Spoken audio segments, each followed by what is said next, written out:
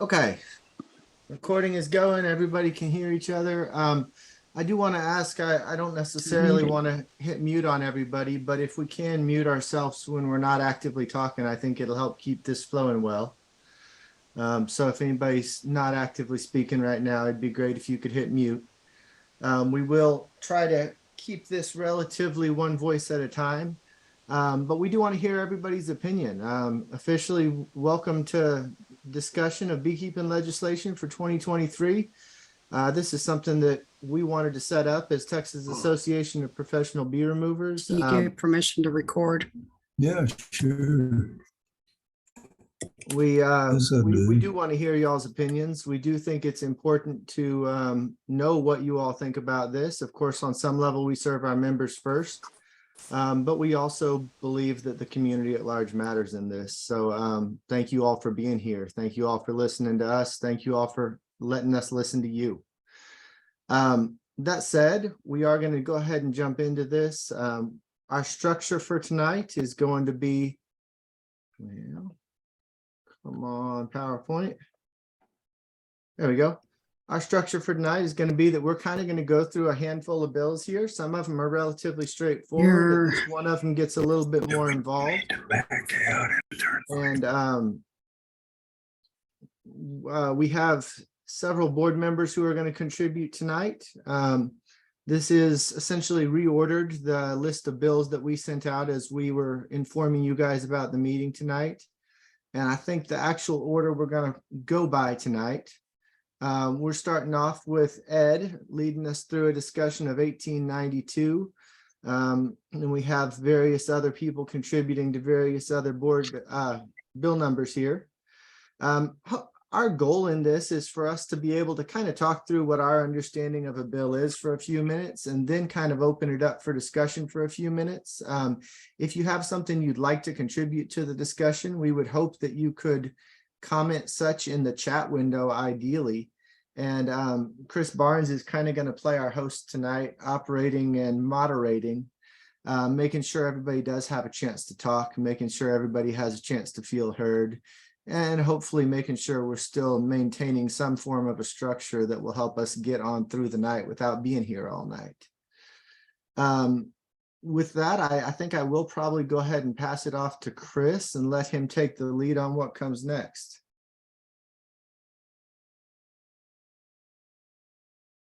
Chris, you there? Now I'm unmuted. I forgot to unmute myself.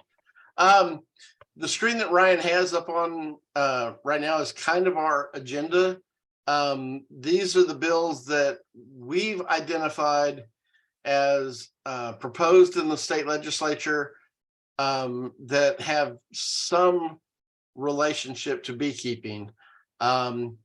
And we kind of tried to group some of them together just for organization and logic's sake. And we're starting with the ones that are the shortest ones and dealing with the proposals that have the most meat to them, saving them for the end, because we want to make sure that we try and hit all of the proposals. A couple of things that we want to make sure everybody knows is that even though there's several of us on different board of directors and things like that, most of us, if we do make a statement of support or something, we're speaking for ourselves. The Texas Association of Professional Bee Removers has not looked at taking a position on any of these formally. This meeting is 99% information gathering so that both we as a group and we as individual beekeepers across the state of Texas can look and see what's being proposed and what the effects could be, might be, possible likely outcomes. I know that there's several people who are joining us on the Zoom meeting who probably have better information and some inside information, and we certainly want to hear from the people who have good information as we talk about these different bills. So if you know something about a specific bill, we certainly encourage you to say something in the chat, and I'll unmute you and make sure that you have a chance to give everybody some input on that. A couple of people that I'm going to pick out. Ashley Ralph is here as ex-president of TBA. And I think I saw Lisa Hyder was also joined us.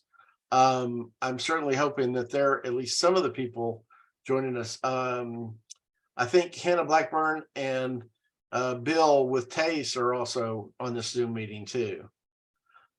Okay, let's get started and get right into the meat of it. The first bill we're going to talk about is Senate Bill 1892, and Ed Vasa is going to kind of lead that part of the discussion. Ed, if you can unmute yourself.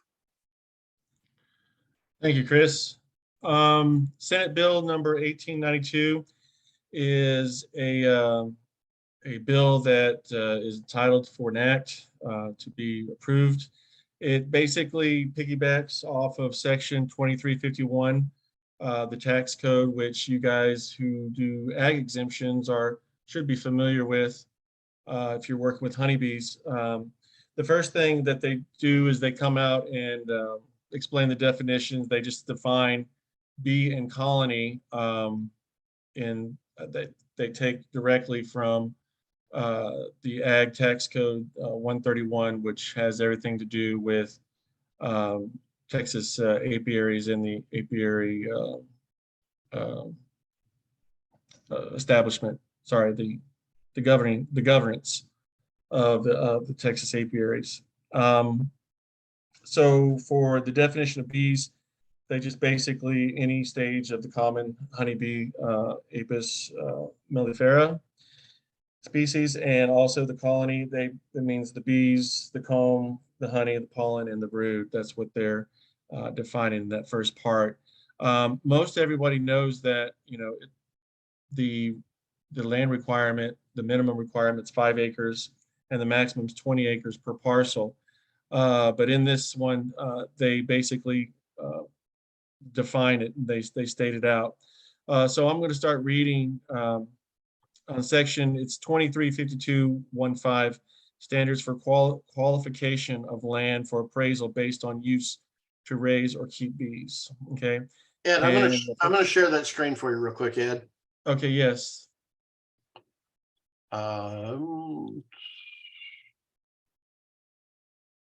Okay.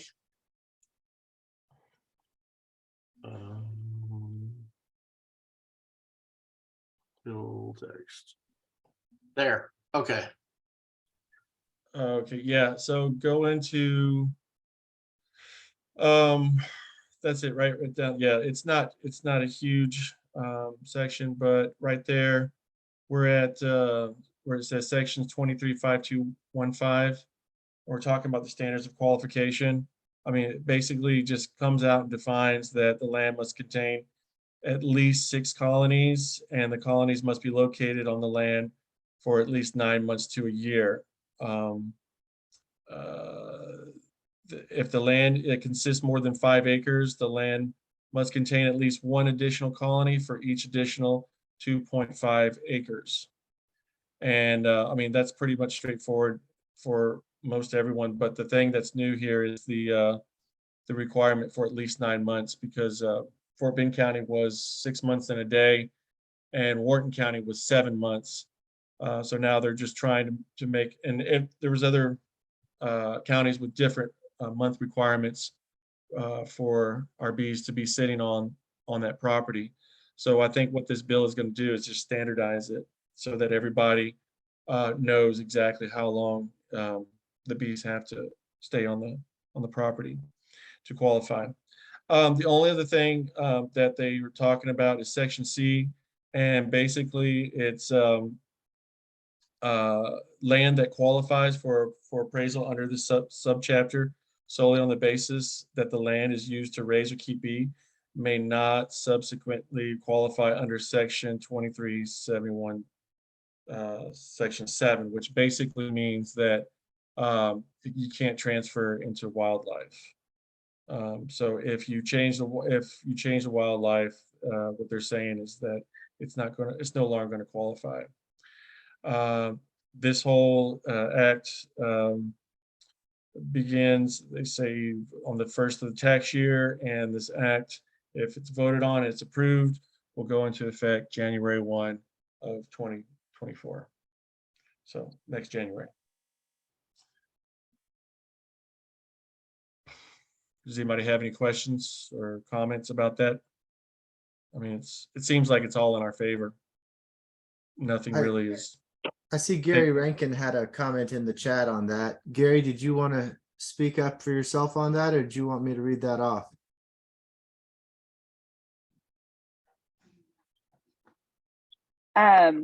Sorry, it looks like Chris was trying to unmute me too. So Gary, feel free to add, or I can speak to this as well. Ryan, your choice.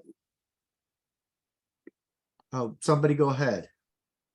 Okay, and it's starting to rain here, so I apologize. It's going to sound like a tornado is outside of my door. Hopefully not. But so I actually I don't really think that this bill is in most beekeepers' favor for a few reasons.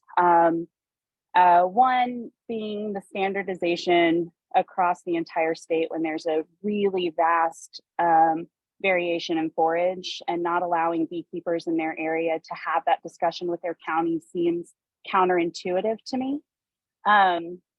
So that's one big one. And that's something that we have discussed in the TBA Legislative Committee pretty extensively, and with the author of the bill, not just this year, but we've had these conversations in previous sessions as well. So we'll continue to have those conversations. That's me speaking from the TBA perspective. And then I also, the transfer from wildlife, or preventing the transfer from beekeeping to wildlife, I think is a dangerous precedent.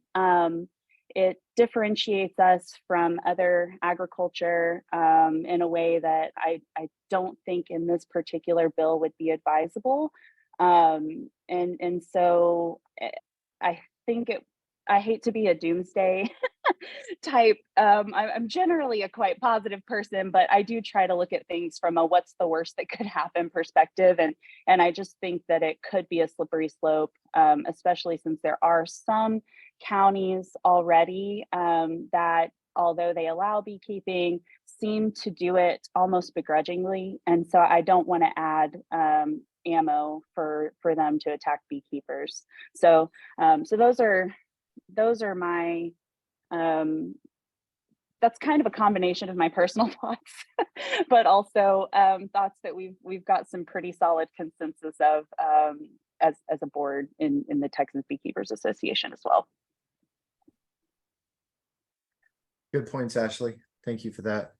Mm-hmm. I see some other people popping up in the chat. Chris, you want to start unmuting somebody for us? Let's see. Let me find Sonia. I've got to find them as they want to say something. Gotcha. Well, I've already unmuted myself. Byron Compton, Vice President. Go ahead, TBA. Byron. I'm not familiar that much with the wildlife management, but isn't there a minimum acreage limit for wildlife management? It depends on the county. There's not one. Some counties it's as little as half an acre, or so I've been told by Scott and Sue Untied. Other counties, I think it's as high as 20-something acres. It just depends on how the county that's one of the things that's left to county discretion. Okay, well, I've got a whole lot of customers that don't have 20 acres, don't even have 10, but they've got enough to qualify for bees. If there's a limit on wildlife management that's higher than their amount of acreage, they can't transition anyway. But if you've got enough acreage to qualify in your county for wildlife management, I don't see the downside to that, unless they're just trying to get greedy with the taxes and not wanting to give you the break. And somebody else may be able to speak to this better than I can, but if I'm not mistaken, part of the origin of the beekeeping ag appraisal was to provide a path to wildlife management. Is anybody better able to speak to that? I don't see Dennis Herbert on the list. And He would be the ideal person. he I would was be the hoping he ideal was on person here. that would know that.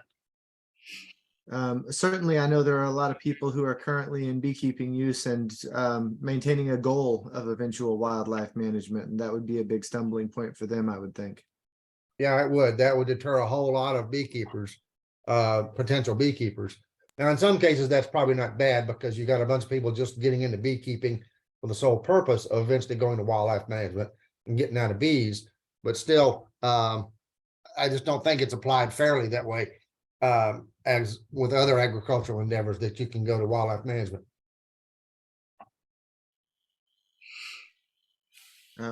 I see Gary Rankin said he's having trouble with his microphone and is asking about the 9-month minimum.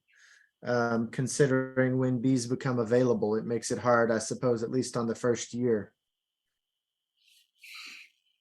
He says, how can a property owner meet the 9-month minimum when bees are not always available until late April or even May? Right. And I agree with that concern. I also agree because there's some counties that we deal with that have a requirement of 12 months on property. And if you have some losses, you better have bees there to make up for those losses in excess of what's required. So that's one of the counties that's not ag friendly.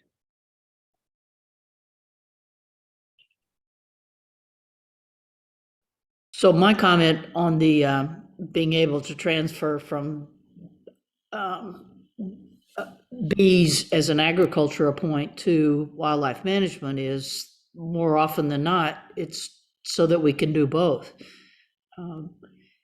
And the bees, we have an intent to raise bees for the pollination, for the improvement of wildlife, and then be able to go into wildlife management as a portion of that. I think it should be a county perspective, not a state perspective on deciding what makes the best sense to be able to raise and run both. Okay. Well, it sounds like the reality may be that in some counties this would be a beneficial bill, and in some counties it would be quite the opposite. And I think that to some degree highlights what some of the objections to this bill have been, which is what Ashley's saying. I think to some degree it should be measured county by county, and we shouldn't have to take an across the board approach that's going to hurt some and help some. I agree with that.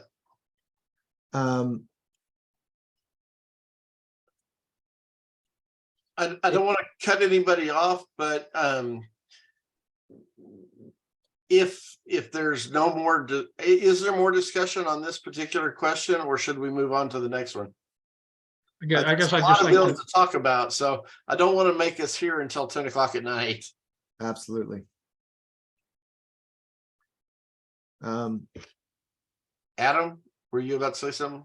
Yeah, I guess I just want to reiterate what Ashley said, that this should not be treating beekeeping operations differently than any other recognized agricultural activity. Putting this in there specifically does that.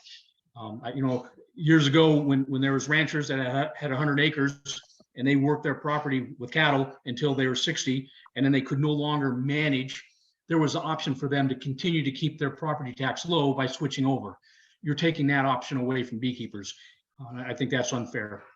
I'm also concerned that the tax implication, because if you take property that used to have an agricultural valuation on it and you stop doing that activity, you are responsible for 2 years of back taxes. So I'm wondering, 3 years. Thanks, Rex. So I'm wondering, how is that going to be applied to beekeepers in this instance? I totally agree with you. One thing I would say real quick to address Gary's question in the chat about forage, I would just point out that beekeeping usage doesn't necessarily require honey production. It requires production. So we've talked pretty extensively at one of our board meetings about the reality that in some counties you may be faced with feeding sugar and producing bees as your path that's available based on density requirements. And that may not be ideal, but it is always an option if forage isn't there to play out the honey production goal. Because yeah, you can't assume that all counties are equal in terms of forage. Chris, I do think you were right on the money with the idea that we do need to move on here in a second, though. Okay. Well, I don't want to cut anybody off, but I don't want to be here till 10 or 11 o'clock tonight either. I don't think anybody wants that. Yeah, and Gary's mentioning pollination is also productivity, and he's got a good point there. That's true too. Okay, well, let's move on. We can always circle back at the end. Let's move on to the next one, which is Senate Bill 1455 with it's got a co-House bill of 1357, and Rex Smith is taking the lead on that one. All right, I'm sharing my screen for my presentation I've got on this. I'm just going to cover the highlights of the changes. If we need to, we can flip over to the wording, but I'm going to keep it to the changes that were in the proposed bills. This is the only one we're talking about tonight that is both mirrored in the Senate and House for identical wording on these. So they're hitting it from two different perspectives. And in a nutshell, it's adding a few other ways to achieve ag valuation for the property. And in particular, it helps some small producers. So let me get over. Okay. So section 2351, 1 and 2 of the tax code are amended to read that the chief appraiser will distinguish between the degree of intensity for different agricultural production methods that include organic, sustainable, pastured poultry, rotational grazing, and other uncommon production methods or systems. So things beyond our cattle, hay fields, goats and sheep, and bees more recently. So they're adding some different things that can allow your land to be used. Specifically mentioned also is producing fruits and vegetables as agriculture activities. That is big because I know farmers who have row crops on their, say 10-acre lot that haven't been approved for ag until they put bees on the property. Then suddenly they're approved, and they contribute, substantially to the financial world, by selling those products at market. So that's a big addition, I would say, for adding fruits and vegetables as an agriculture activity. So subchapter D23 is amended to read that the guidelines for setting your different levels are going to be set by the comptroller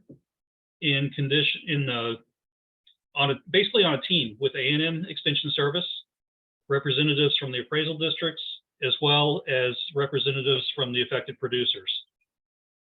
So that's how the guidelines for what kind of production value needs to be met before they'll apply a valuation for agriculture on those properties. So the guidelines are for determining the cumulative effect of multiple agricultural uses of attractive land to meet the degree of intensity accepted in an area also.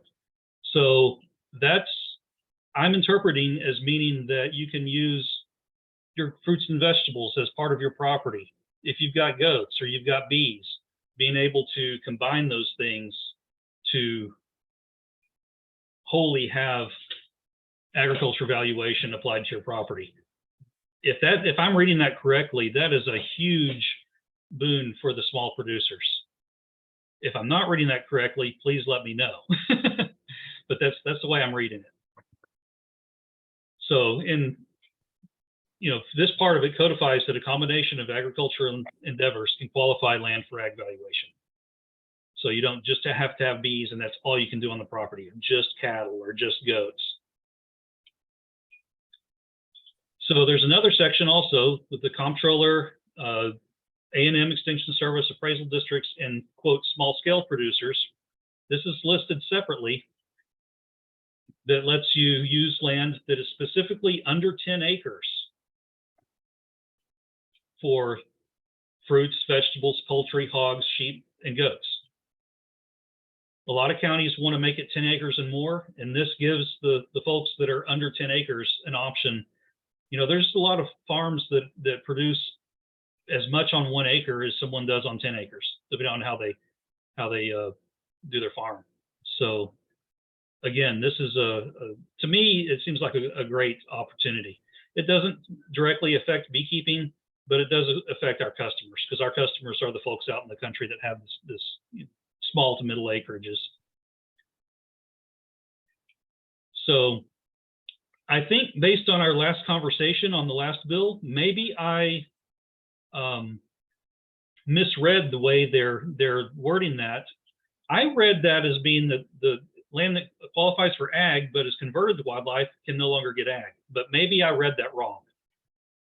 So if it's really saying that once they have, you know, one of these and cannot convert to wildlife, then I misread it. So to me, legislation sometimes has got some backwards wording, and you have to read your double negatives to read what's really being said. They also say that new guidelines will be developed that require record keeping, which is consistent with normal practices for that agriculture type.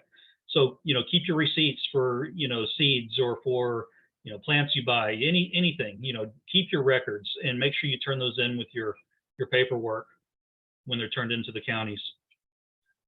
The comptroller may use these different factors: financial investment of a producer, how much you're actively managing that activity, what part of the land is used for that activity, and quote, any other factors deemed appropriate. So I would say that if you can smother them with documentation, that would be other factors deemed appropriate. It also charges that the comptroller will provide the education to the counties, the appraisers, to give the proper trainable or training for the different methods that are added. And that's all I've got on that one. So we're back to black screen.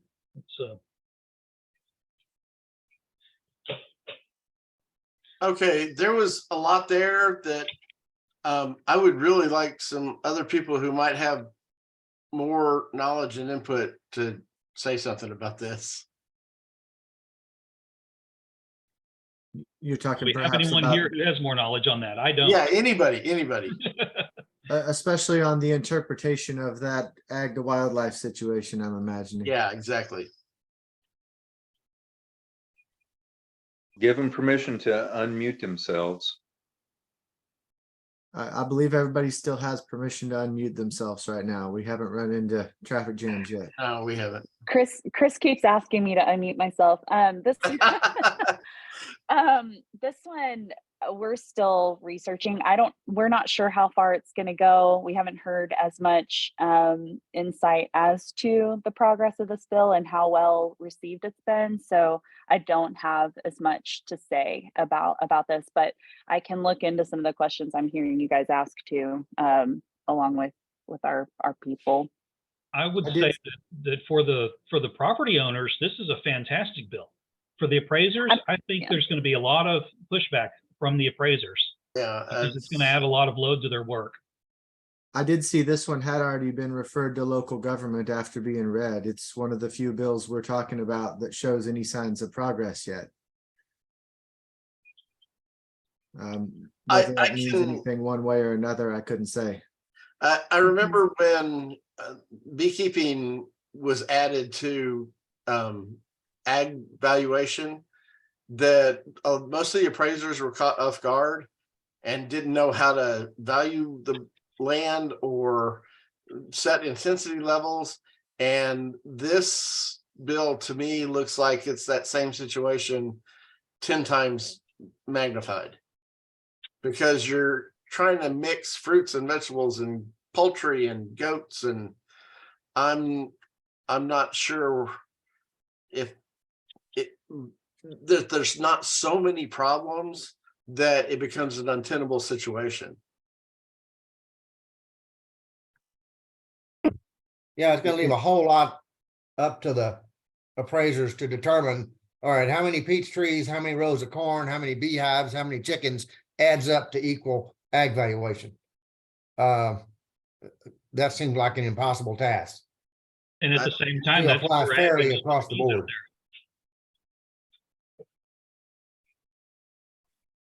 Yeah, and yet I do think, personally, I'm on an acreage that barely qualifies for beekeeping, and yet we do run chickens, ducks, quail, rabbits, and everything else under the sun here. And it is a little bit ridiculous that bees is the only thing that could possibly get me considered agriculture.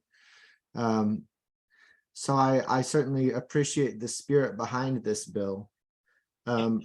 I do see a mention in the chat of Farm and Ranch Freedom Alliance. As far as I know, they haven't voiced a stance on this, but I'm not claiming I'm terribly in the loop there.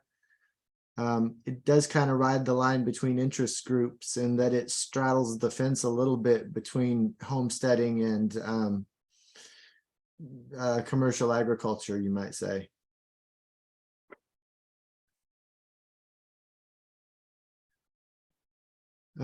Anybody else have any comments on that one before we move on? To me, this is one of those bills that some of it looks good, but some of it looks like I'm not sure about. So this is one that I would really want everybody to keep an eye on to see what the real intent behind it is and what the purpose is and who comes out in favor of it and who comes out opposed to it. I want to see more voices talking about this so that I know better what I think about it. Does that make sense? Yeah. Okay. All right. Well, moving on a little bit, I suppose, and perhaps getting a little bit more specifically targeted on beekeeping with this next one. Our next bill is HB 2329. Rex Smith was kind enough to offer to cover this one for us as well, even though we hit him with it a little bit last minute. Rex, you want to launch into this one for us? You bet. Let me share my screen. I don't have same presentation for this one, so I'm just going to share the screen of the wording of the bill. Let me find it on my, let's see, 2329.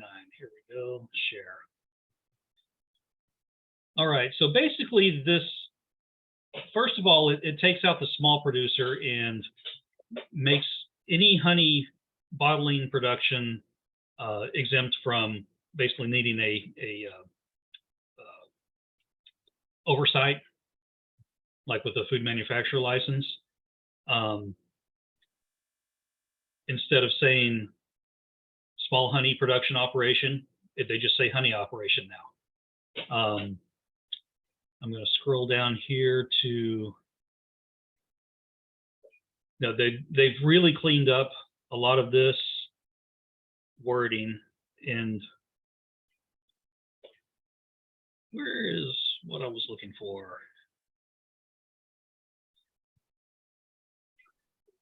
You're talking about where it's talking about just raw honey and not blended? Yeah, this is only for raw honey and unheated honey. It's right there in the just at the top half of that screen. You've got it right there, right where your mouse is. Yeah, defined as pure honey, and that hasn't changed. It's raw and unblended honey, so no flavorings can be added. You know, it has to just be honey in bottles or comb in bottles or in containers. If it's changed in any way, then you're going to be subject to a food manufacturer license.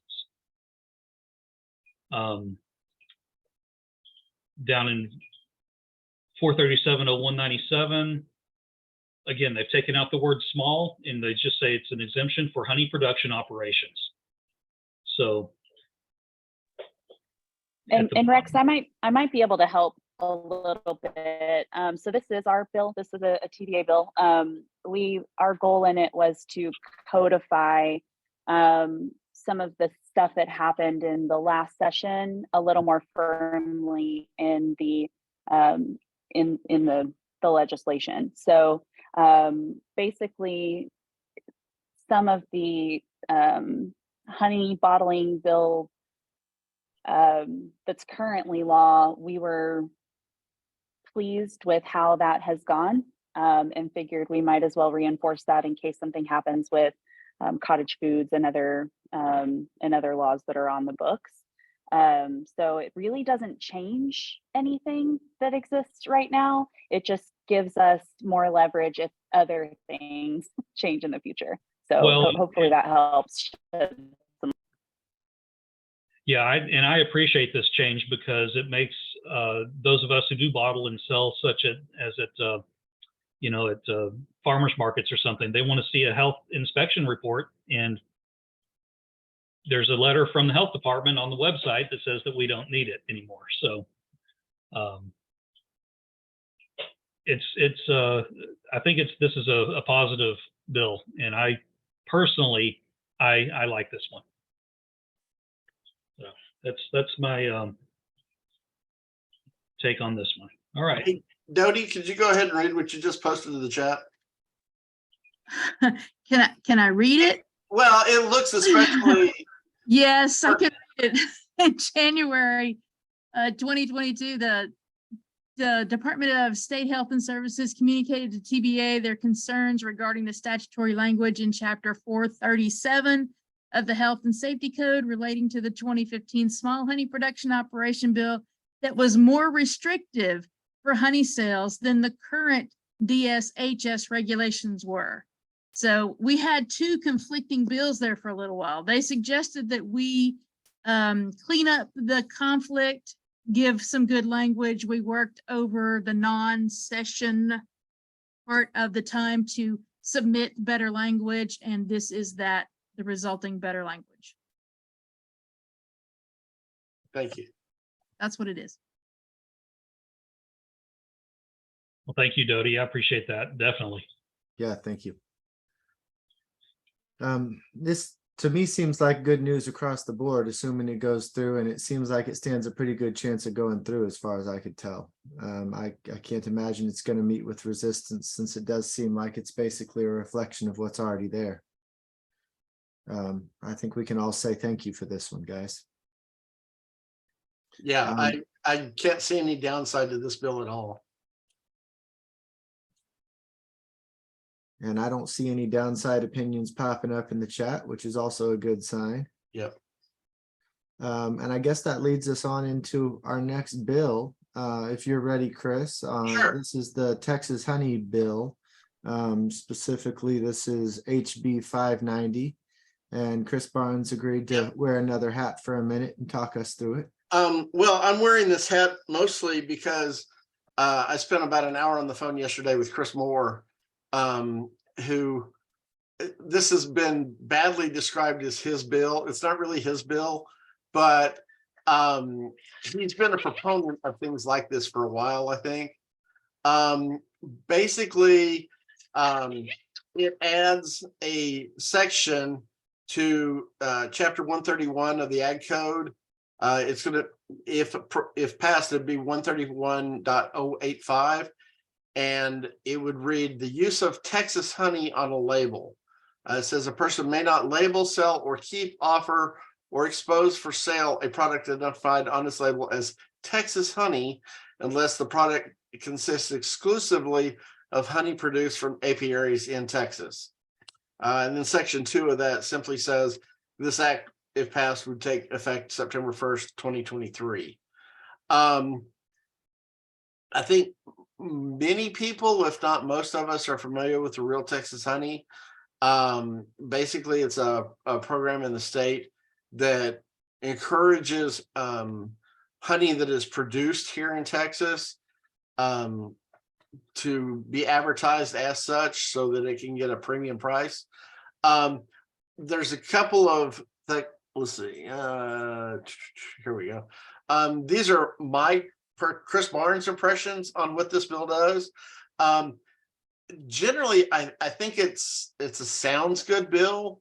It does not conflict with any of the other proposed legislation, specifically the one that Ryan's going to talk about later on.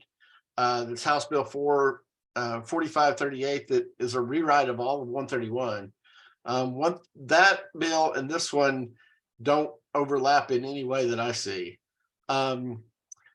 My only concerns for this is that there's no agency in the state of Texas that has policing powers to enforce any kind of labeling like this. I spent quite a bit of time this afternoon looking, and other food products that do have labeling restrictions fall under the Department of Health and Human Services. And those regulations for food are generally found in the Texas Administrative Code, Title 25, Part 1, Chapter 229. The other thing that this bill doesn't do is it doesn't provide any sort of penalty for noncompliance. In other words, if somebody brings in honey from another state, or even worse, from another country, and puts a label of Texas honey on it, there's really nothing bad that can happen to them. It's a bill that's out there that makes us feel good, but it doesn't really have any teeth. Those are my impressions for it. I've talked to a couple other people who kind of shared some of those sentiments, but I'm going to let other people see what they want to say about this. Chris very much wanted to be on this meeting tonight, but he had church obligations. And I would have liked Chris to be able to present the other side of my objections, but because I'm sure he would have. Okay. Go ahead, Ashley. Okay. All right. So we did discuss this bill specifically a little bit more extensively because it was something that Chris Moore had taken to his representative. The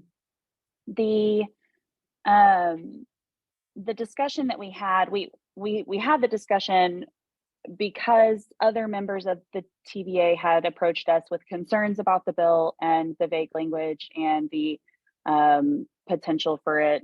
You know, is it really going to move the needle for Texas honey or not? Which our resolutions are, if it improves, that Texas honey, then that's great. But do we know that that's what this bill is going to do? And so it started a lot of questions. And I think it's taken me a while to kind of decipher through all of this. But the one thing that keeps coming up, it technically would be enforced by the Department of, Health and Human Services. But they're, like you said, they don't have really the policing power to do that. It's kind of a complaint only situation at the moment, which means if somebody's mad at another producer, that might be where things would go wrong, or at least be alerted. In addition to that, I think there is a possibility, one of the things we discussed is there's a possibility that consumers might have blind faith in the fact that this now fixes all honey fraud, when in reality it changes nothing. So then people stop buying from small or medium-sized beekeeping producers and start buying in grocery stores. And then there's also, let's pretend everybody complies immediately. There's also the chance that it could cause some sort of shift in the market at a grocery store level, depending on the year, because our Texas honey flows are a little bit unpredictable, including tallow, but tallow is maybe the most stable of the high honey producing crops. And so, honey in Texas is not as dependable as in some other states. So those are all some concerns that have been brought up. So as a board for TVA, what we decided was to not take a clear position on this bill for or against, but rather to encourage to look into the bill further or some sort of action further to see what might actually be a positive impact, or if there would be an impact at all. So we've spoken with a legislator who approached us wanting to suggest a study. So they reached out and said, hey, I've seen some things. I'm going to paraphrase clearly, but I've seen some things like this before, not end well, was kind of the warning. And so I think it would be advisable to do some studying, looking into how this might affect the honey market across the state. And so I think right now that's kind of our position, and we would support this going from a proposed bill to a proposed and mandated study would be our preference.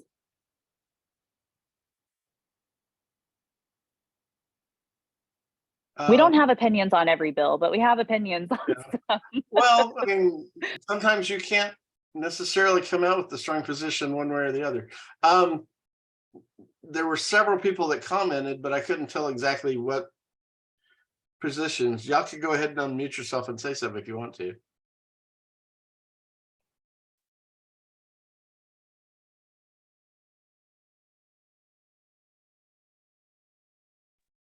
I see some of the debate in the chat is about whether enforcement needs to come first or whether legislation needs to come first. Well, and I think that's a valid concern, no matter which direction you look at it from. One, we can't enforce it if we don't have something to enforce, and two, it's potentially non-productive to have something to enforce if we can't enforce it. well, I don't think it's necessarily, James Gluba. I'm sorry if I'm mispronouncing your name. It's not, to me, it's not a necessarily matter of enforcement. It's that there's no penalty involved. If somebody's speeding in a construction zone, there's a defined penalty for that. Now, whether the police give you a ticket or not is a different issue. There is a penalty. Yeah, there is a penalty. Yes.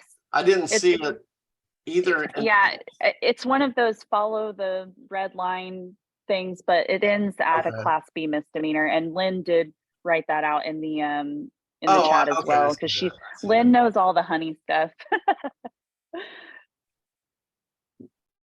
Do we know what is the penalty for a Class B misdemeanor? Is it the same for all Class Bs, or does this have a particular fine level associated with it? Dodie says it's little. All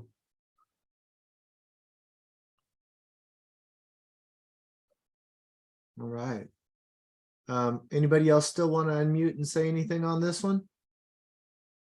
Nathalie said something in the chat. Well, I'll unmute. This is James. Yeah, you did say my name correctly. It is Gluba. You got it. Thank you. And really my point is the legislation ought to be looked at first. What is the intent of the law? What is our goal?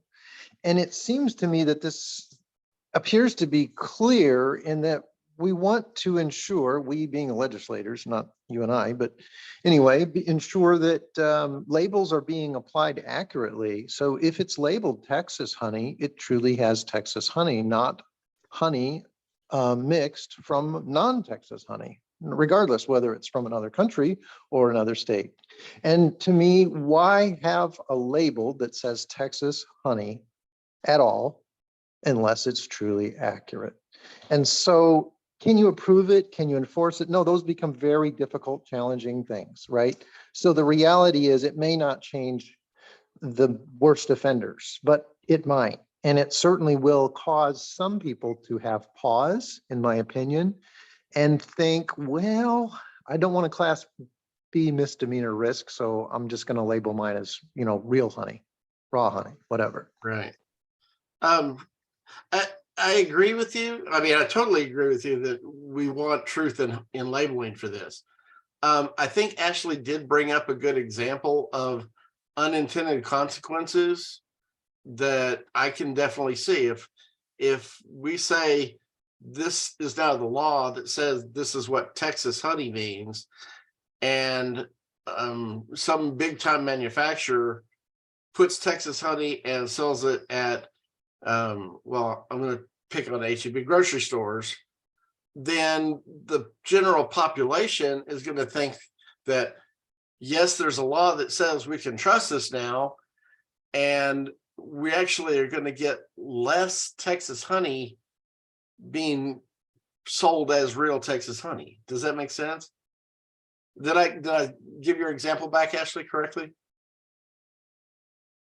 Yeah, I mean, I think the risk being that consumers trust that the law is being followed to the T, and the reality is it's really difficult to prove Right. that it's being followed, and it's also difficult to prove that that it's been broken. So let's say I am that big honey producer who goes in there and does something like that, then you have a pretty tough position to prove that right now with the testing that's available. And while there is some testing available, it's not proven to be reliable. There's just a lot of issues with it. So that's been my now I'm speaking personally, but that's been my personal concern with any sort of testing as a regulatory as a regulatory thing. Now, in 5 or 10 years, we may be having a different discussion because the testing has improved and continues to improve. But that I think is dangerous, right? It's like, I hate to be, again, really dramatic, but it's like pre-DNA testing for people. Like, okay, well, I don't trust that guy. He seems shady. So I bet he's up to no good. And we don't really have a way to prove it, but we're going to run his name through the mud the entire time. And then later you find out, oh, the DNA testing of that honey came back and it was actually made in Texas. And so I don't know. I just, that's like really dramatic. Again, I told y'all I do that. So don't quote me, but that's kind of what I'm getting at is I think that if it doesn't do good and it could cause harm, then we haven't found the right bill yet. Yeah, and I would just challenge, I hear what you're saying too, so I appreciate that. But I guess I would just challenge it by saying, if we don't try to get a law on the books, in your example, like if you're using the label Texas honey, the consumers are already trusting that, right? So I want Texas honey. That sounds like a legit deal. I'm going to go to HEB and I bought Texas honey.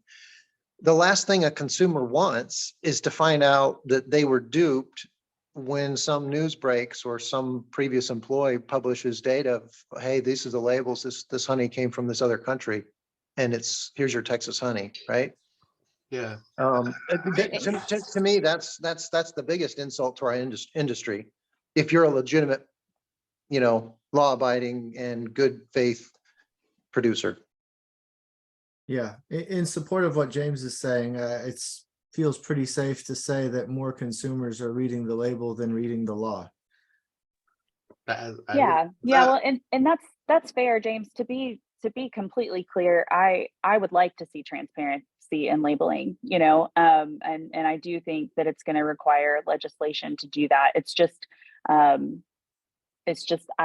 I'm now, again, I'm not convinced this is the bill I want to support to get us there. I think I would like to work harder on it. So here's my position on this. I think there's a lot of conflicts of interest. Obviously, there's large commercial beekeepers that are bringing honey from outside the states that are probably not going to be in favor of that kind of bill, even if it's a starting point. That could be a good beginning to better bills that get improved and get enforceable at some point. And then the other thing is that there's no stopping any beekeeper from marking their honey as Texas honey as it is and selling it in the grocery store as it is. But maybe having a bill that kind of starts mentioning that would be basically an incentive to not do that as much, because maybe there might eventually be consequences. So I see the opposite of that, and I see it more as being a benefit to Texas honey producers personally. I think that the fact that we're having this conversation means that it is doing something good already.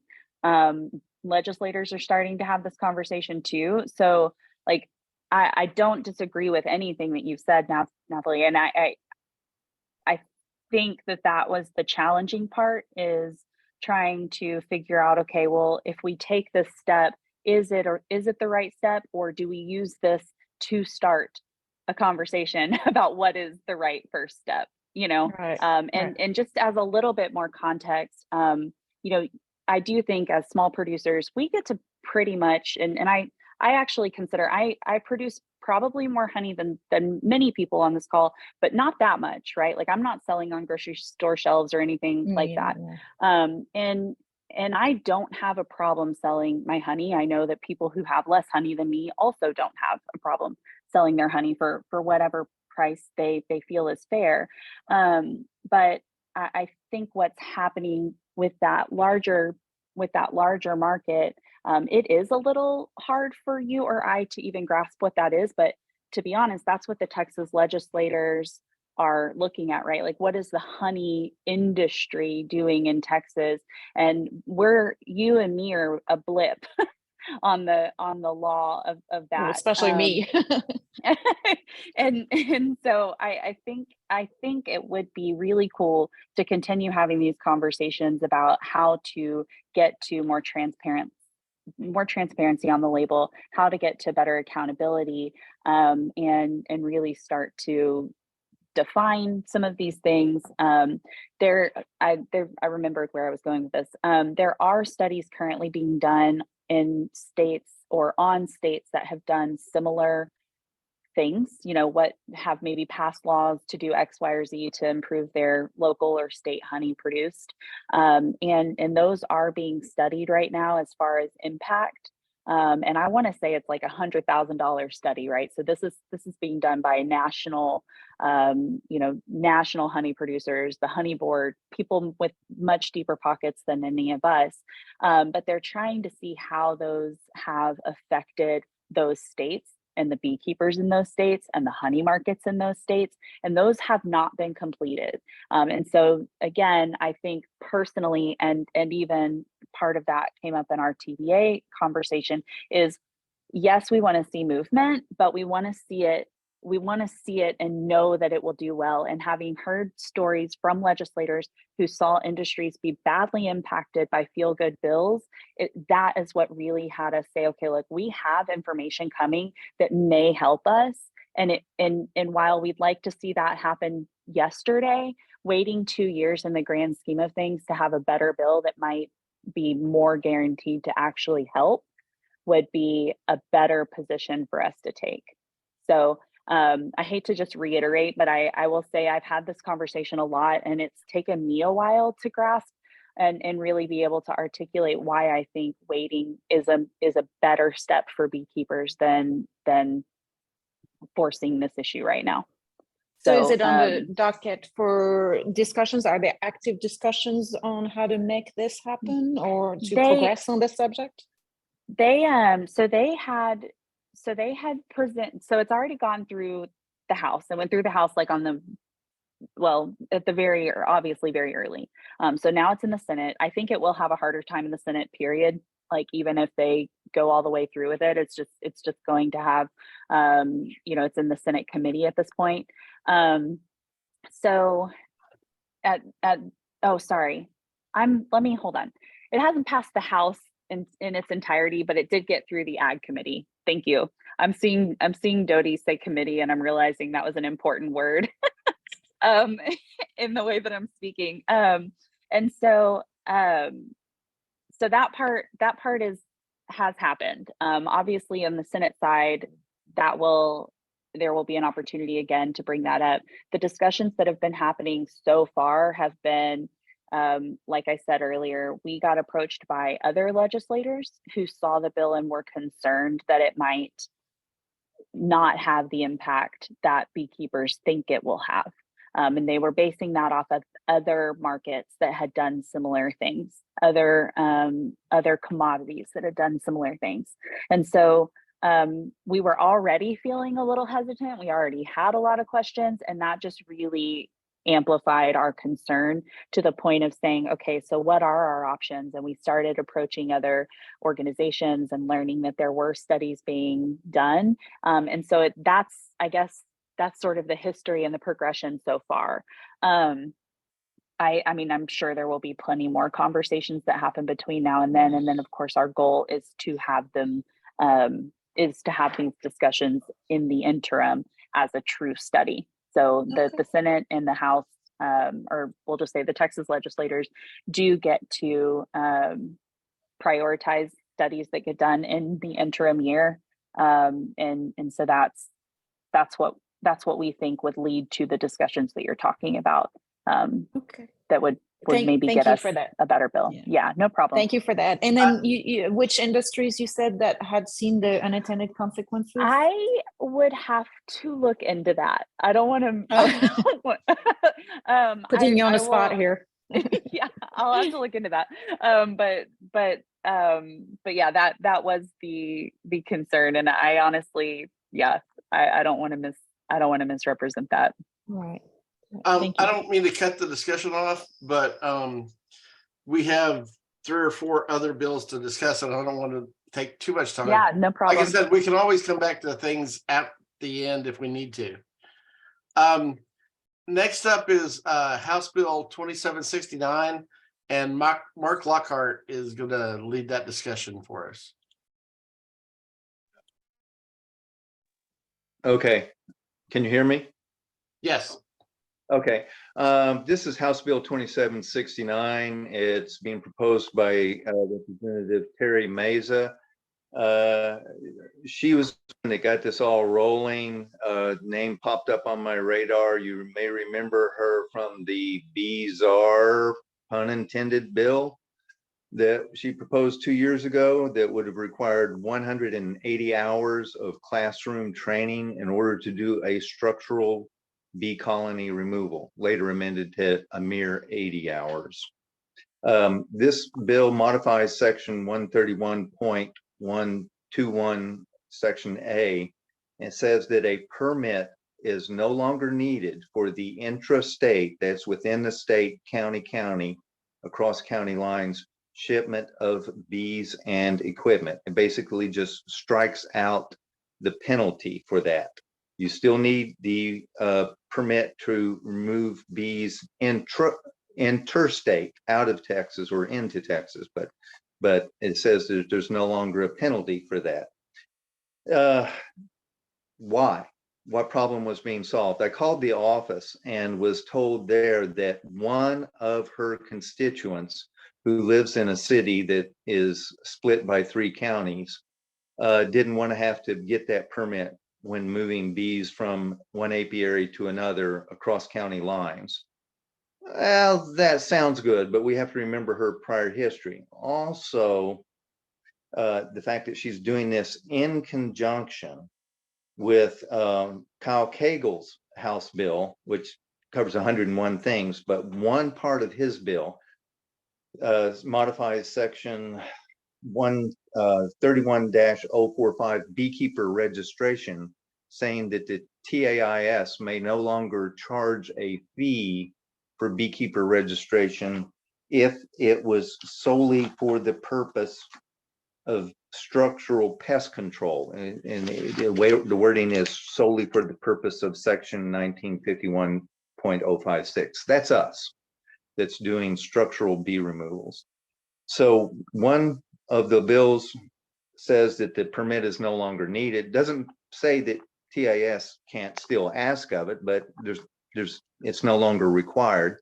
And another bill says that TIS cannot charge a fee for that bill. So the combined effect, in my opinion, is that TAIS has no reason anymore to make a public list, and they have a web page of the registered interstate removers organized by county. Some of you may be on this Zoom meeting specifically because you were on that list, and I sent you a text alerting you that that list is going to go away. I think that's going to be the effect of this bill. I see some pros in this bill. I see some cons as follows. Pros. The permit requirement, to my knowledge, has never ever been enforced. It requires you to list where you're moving it to, approximately what days, what equipment is being used. Nobody, I think, ever sent in and said, I'm moving 10 hives here or there. Two, it suffered what we call mission creep. It started out as one thing, and then over the years gradually morphed into a list of people that will come and remove bees, both swarm catchers and non-structural bee colonies, say like in a water meter or someone's barbecue, and structural removers, people like a lot of us in the Texas Association of Professional Bee Removers. Oh, I forgot to mention, I am the education director for the Texas Association of Professional Bee Removers. And a lot of us that do cutouts, removing a colony from a wall, from a soffit, floor joist, something like that. So the list wasn't being used, and what it was being used for was not correct. The other pro is that it removes another administrative fee from the Texas Apiary Inspection Service. At first, I was concerned that they would lose funding because they're not getting that $35 fee. But then I understood that those fees go to the general fund anyway. And then fourth and lastly, near and dear to my heart, this leaves us, the Texas Association of Professional Bee Removers, as the only statewide list of people that want to be known as bee colony removers, and it's a vetted list. So in my opinion, it's much shorter now, but much better than the TAIS list.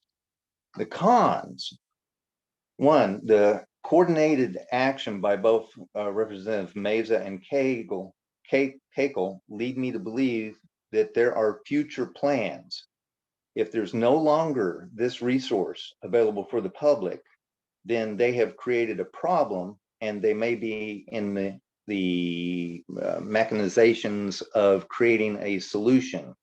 And it's specifically what I'm thinking of is the onerous law that was passed in Georgia not long ago, that structural bee removers had to be registered pest control operators, and they needed a required 8 hours of training, which doesn't sound bad, except they never enacted the training class, and it left the entire state of Georgia with only 5 people legally authorized to remove bee colonies from structures. And the second con of this is that those of you that do get business leads from the Texas Apiary Inspection Service bee removal page, you're going to lose out on those. So you can make up your own mind whether it's a good or a bad thing, but that's the way I see it, pros and cons. Thank you for that, Mark. Now, I didn't look at anyone's chat questions. No, the transport permit is not $35 a year for as many counties as you, well, it is, but you have to list the counties. There's 130 people, I counted them, on the list. 6 people are listed in 20 counties or more. There was actually over 1,200 listings, but many of those are duplicated. Like someone will be in Brazoria County. Like I'm listed in 4 counties, so my name appeared on that list 4 times. But of the 1,200 listings, there were only 130 individuals. Yeah, and once again, there's no enforcement. There's not any penalties. I've never known of anyone.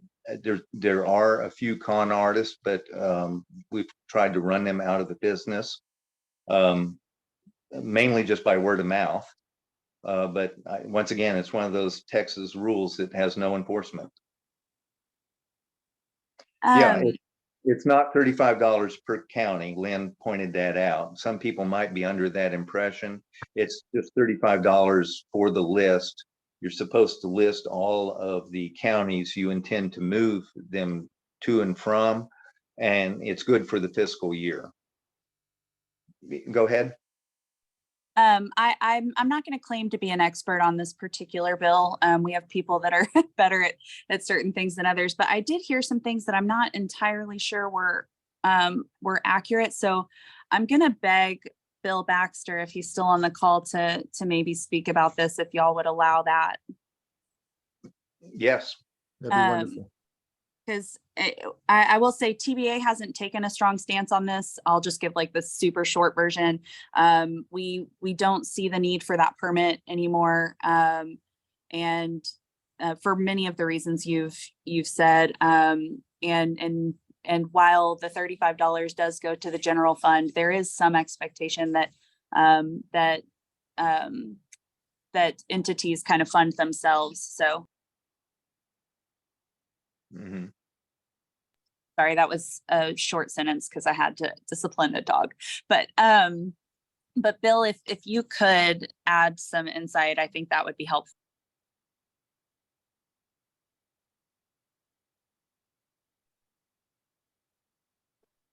I think you're unmuted, Bill. Go ahead.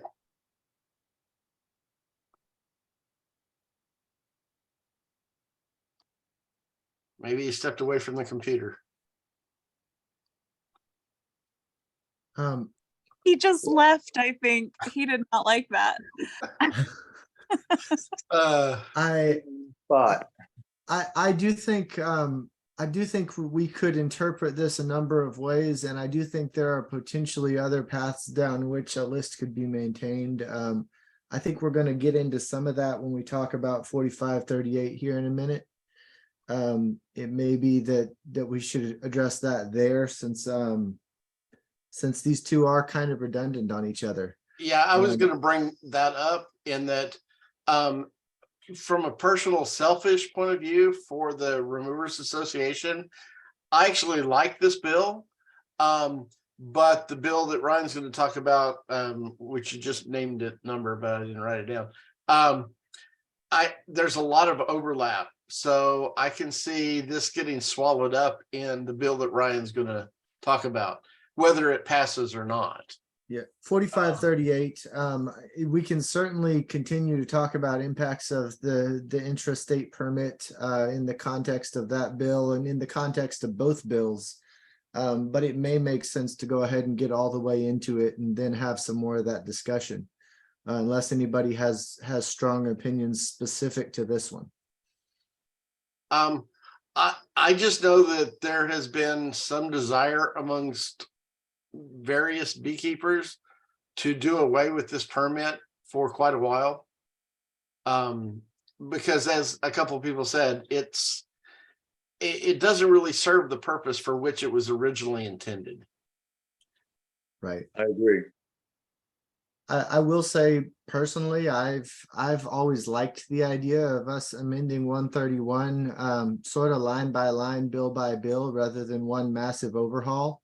I realize 131 has a lot of out-to-date information in it, and yet getting stuck with bills where I've got to feel like I either support or deny a bill based on liking parts and not liking other parts, and you either swallow it or you don't, has never particularly appealed to me personally.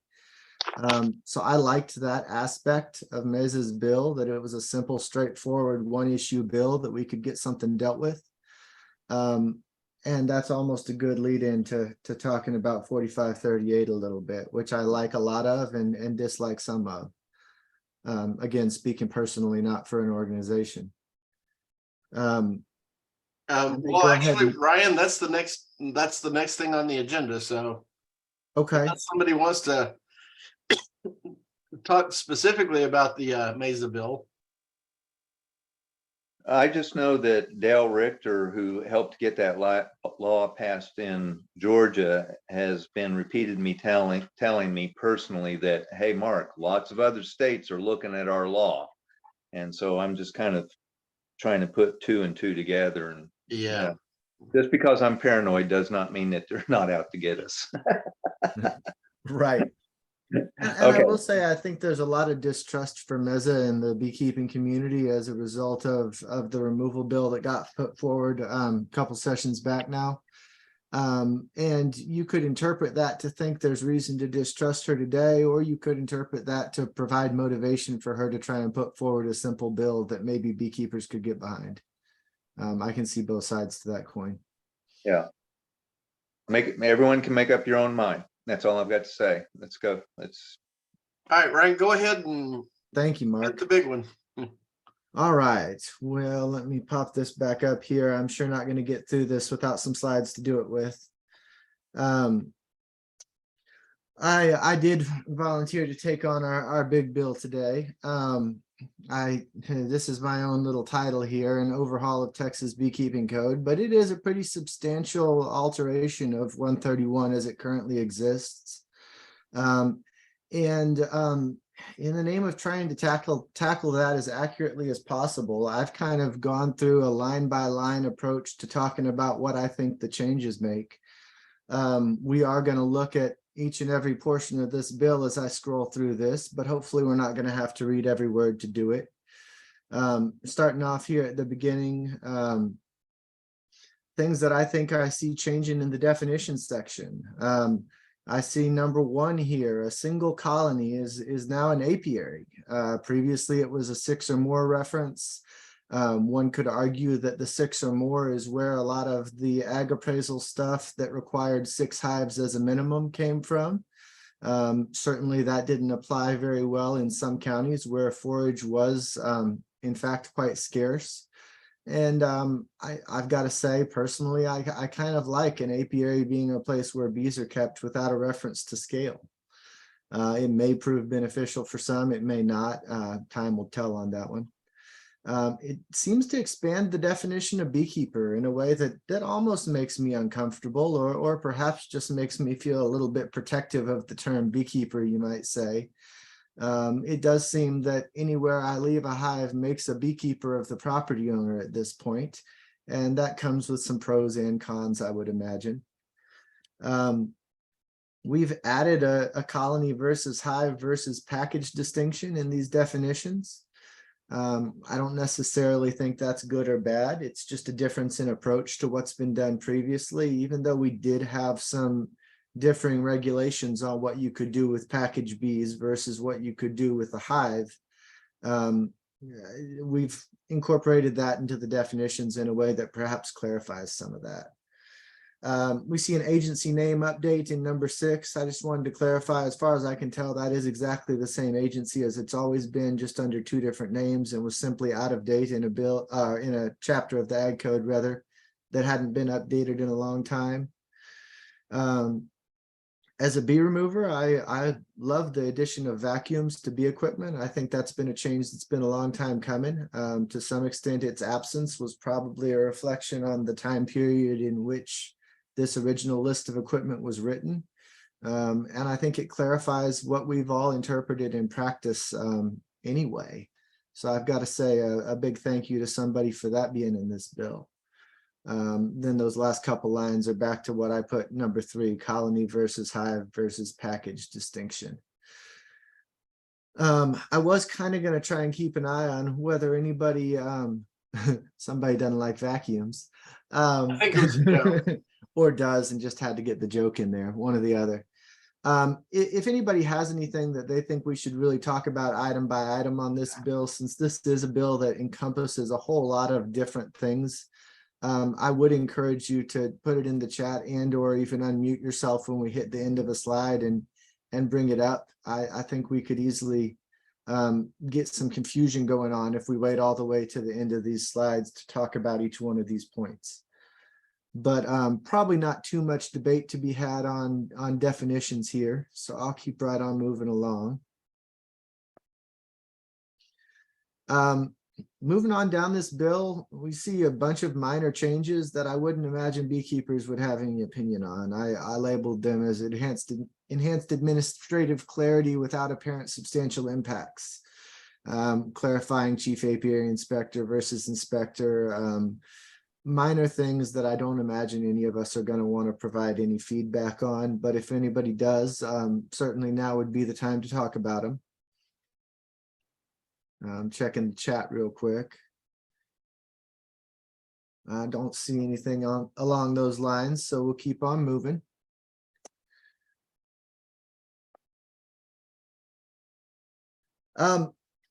Moving on into section 7 now, and this is where I started to have some concerns with this bill. Again, speaking for myself personally here.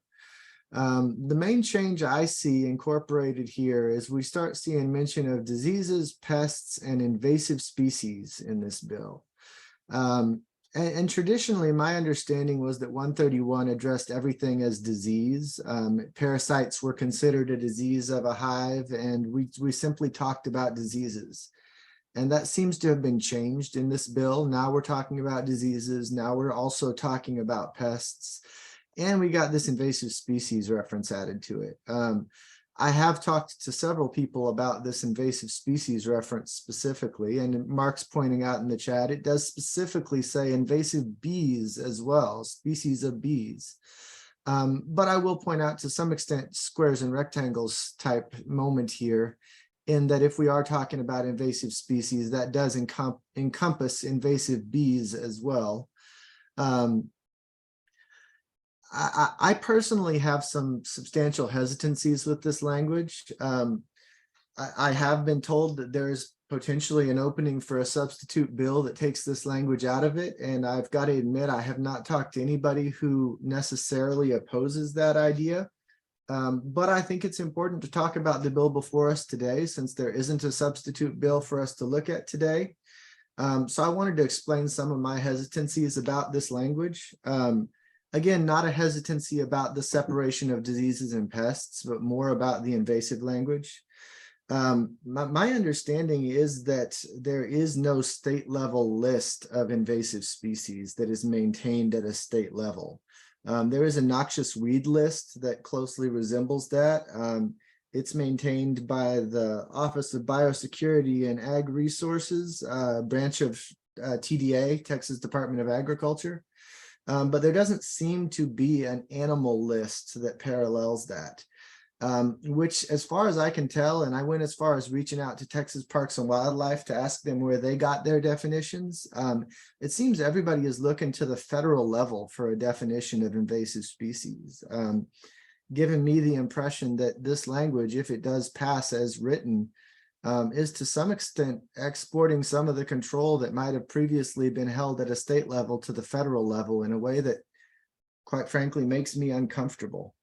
I'm also a little bit uncomfortable because I think invasive species are traditionally viewed without thresholds in mind, with a tolerance of 0 for the species in an environment where it's unwanted. And I think pests and diseases are traditionally viewed perhaps with more of a threshold mindset that makes more sense in beekeeping world. So I had some major hesitancies here. The idea of USDA and APHIS defining what this meant in Chapter 131 of the Texas Ag Code being top of the list. Now, we do have mention later on in this bill of a reportable list of diseases and pests. Diseases and pests, excuse me. But I did want to point out that as far as I can tell, this section here at the beginning makes no reference to that. And so, in fact, this is not invasive species such as become reportable. This is something above, beyond, and separate from that that would have to be defined elsewhere. And it does go as far as talking about seizure and destruction of colonies in this section. So I do hope that this is something that will change if this bill is going to continue to move forwards. It could be construed to target, or perhaps if not intentionally target, to provide ammunition for someone who might want to target Africanized genetics in our colonies. I don't think any of us want to end up subjected to DNA tests for markers that might reflect Africanization into a situation.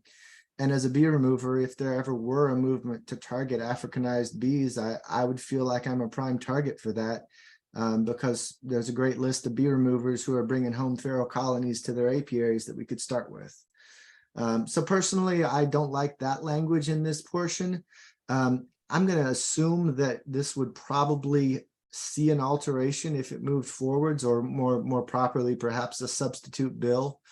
But I did go ahead and red star everywhere in this bill that mentions invasive species or invasive bees, because it is a major concern for me personally with this bill. And I thought it was worth noting how thoroughly integrated into the bill this was.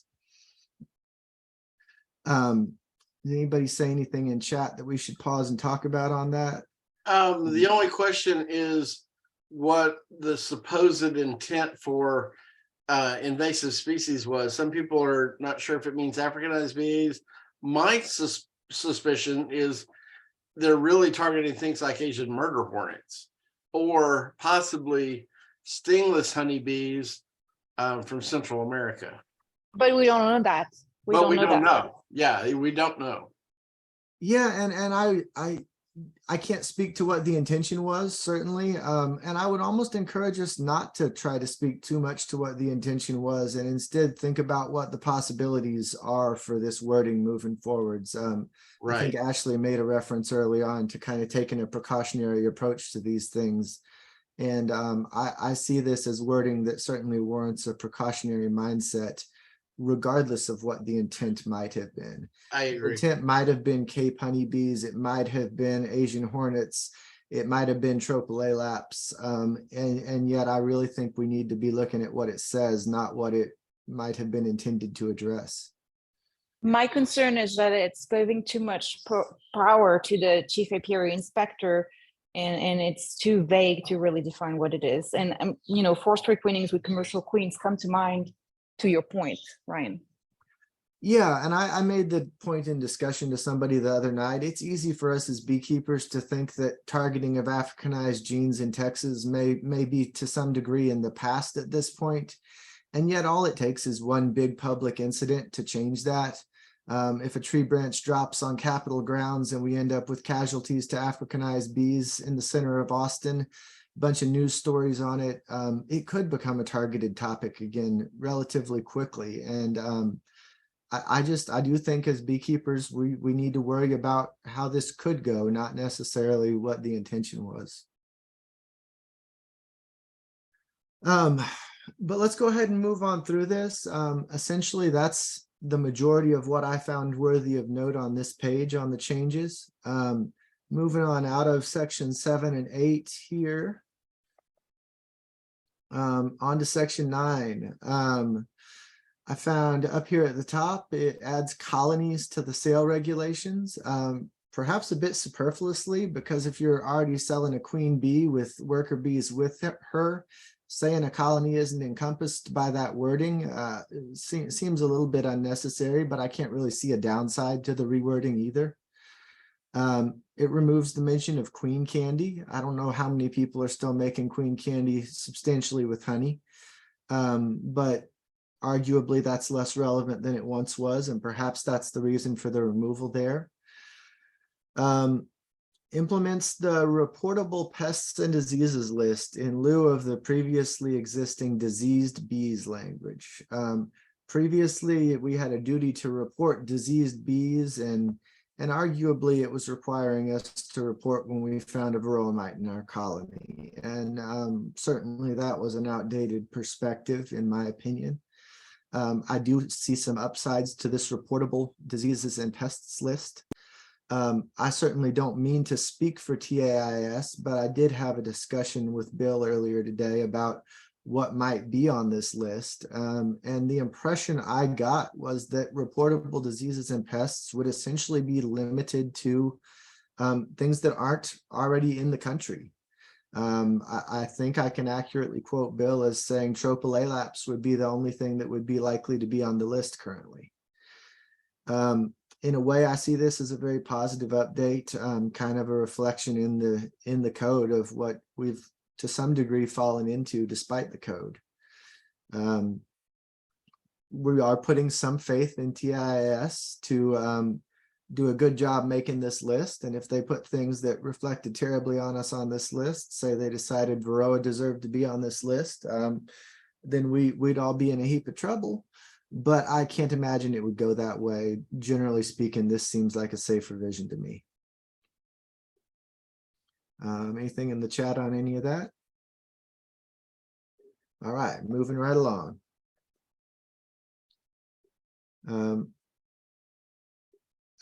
Hannah commented, I know currently American foul brood is legally required to be reported. And that is a good point. I think that may be true separate from the reportable list, if I'm not mistaken. Hannah, maybe you can confirm or deny that statement for us if you can. What was But your? that is true. American foul brood might still make that. Yeah, Hannah. Hi. So currently in the state of Texas, the only official disease that has to be reported legally is American foul brood to our office. If you suspect you have American foul brood, you are supposed to report that to our office. We'll investigate and then proceed. Our office hasn't had any official cases that were confirmed in about 8 years, and that's an estimate. It was before my time. But I don't know what specific list would be reportable with this update, but they probably won't take American foul brood off the reportable list just because it is as big a problem as it is if you get it. Yeah, absolutely. And I may have glossed over and misquoted slightly, and I apologize if that's the case. What Bill may have said, that would be the only thing we would add with this list. Thank you for that, Hannah. I appreciate that catch. Moving on, permit for interstate movement. Essentially in this section, we see that the import and export permits have been combined, importation and exportation, and now we're just talking about interstate movement. It is simplified a little bit. Perhaps we're just striking the irrelevancies here, as I would expect that some of this information that's struck out would be incorporated in the certificate of inspection that would be involved still either way. For the most part, I don't see this as a dramatically substantial change, although if anybody is shipping bees in and out of state, I would love to hear an opinion on that, because I certainly am not and could be overlooking something on that along those lines. I did star 2 places where the invasive. I am back, in here Ryan, again. maybe. Oh, hey, Bill, welcome back. I was just talking about you. You must have heard me. Hailstorm here, but I'm back for the moment. Yeah, we're getting some crazy weather across the state tonight, Yeah. almost like it's trying to keep us from I'm doing back this. for the moment. Wonderful. We're sure glad to have you, Bill. Anybody see anything in this portion that warrants discussion? For me, this didn't look like a very substantial change, everything considered. It's almost more of just incorporating the import and export into a single section.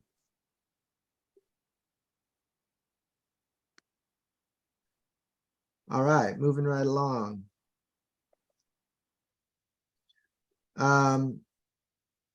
Certificate of inspection, minor edits here, mostly just minor wording changes. I did see we struck file a written request.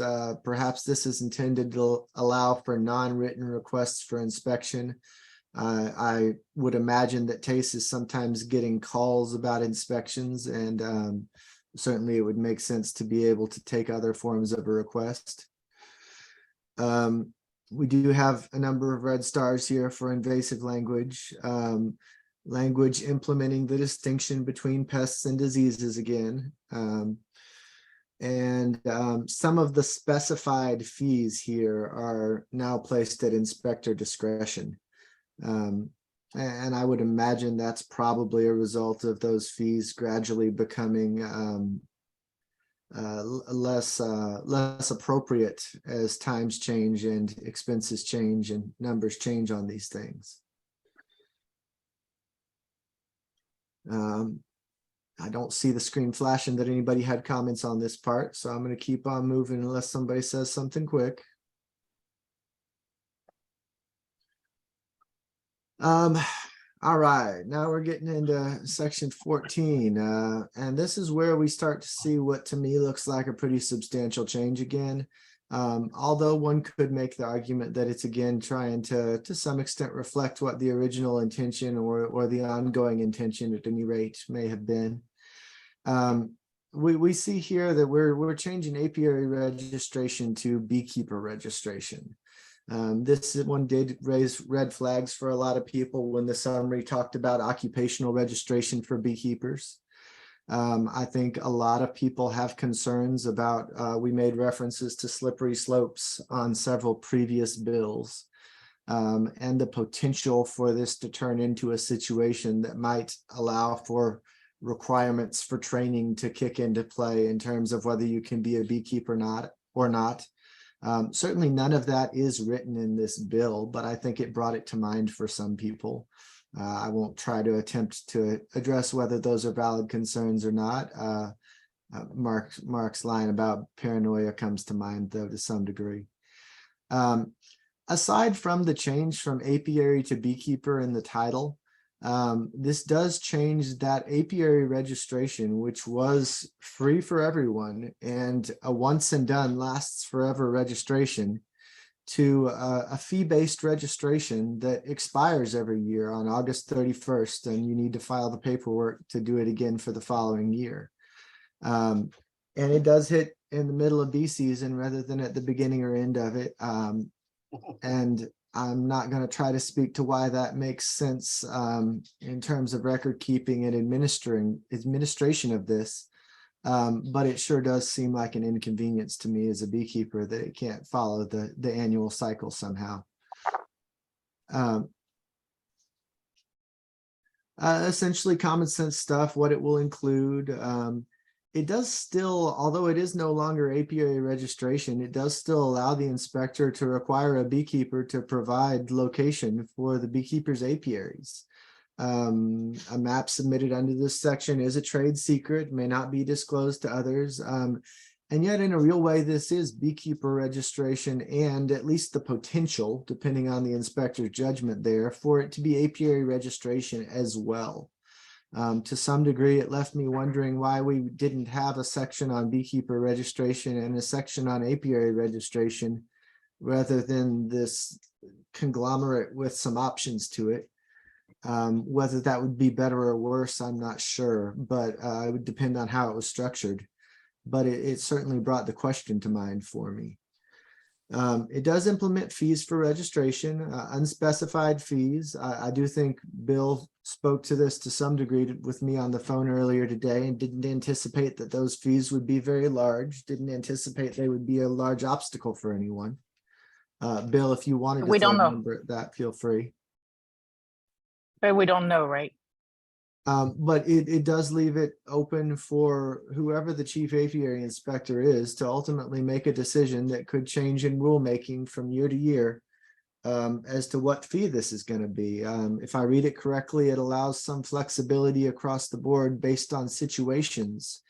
Talks about separate registration categories where this could be designed to hit one scale of beekeeper or one type of beekeeper at a different monetary level than another beekeeper.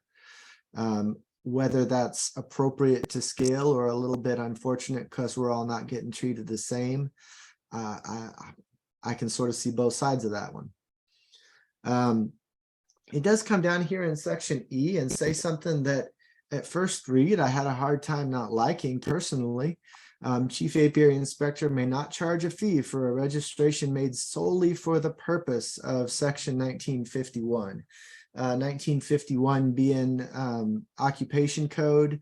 Essentially what this says is that there is not a fee for someone who is registering solely for the purpose of doing bee removals and being exempted from structural pest control code, as I understand it.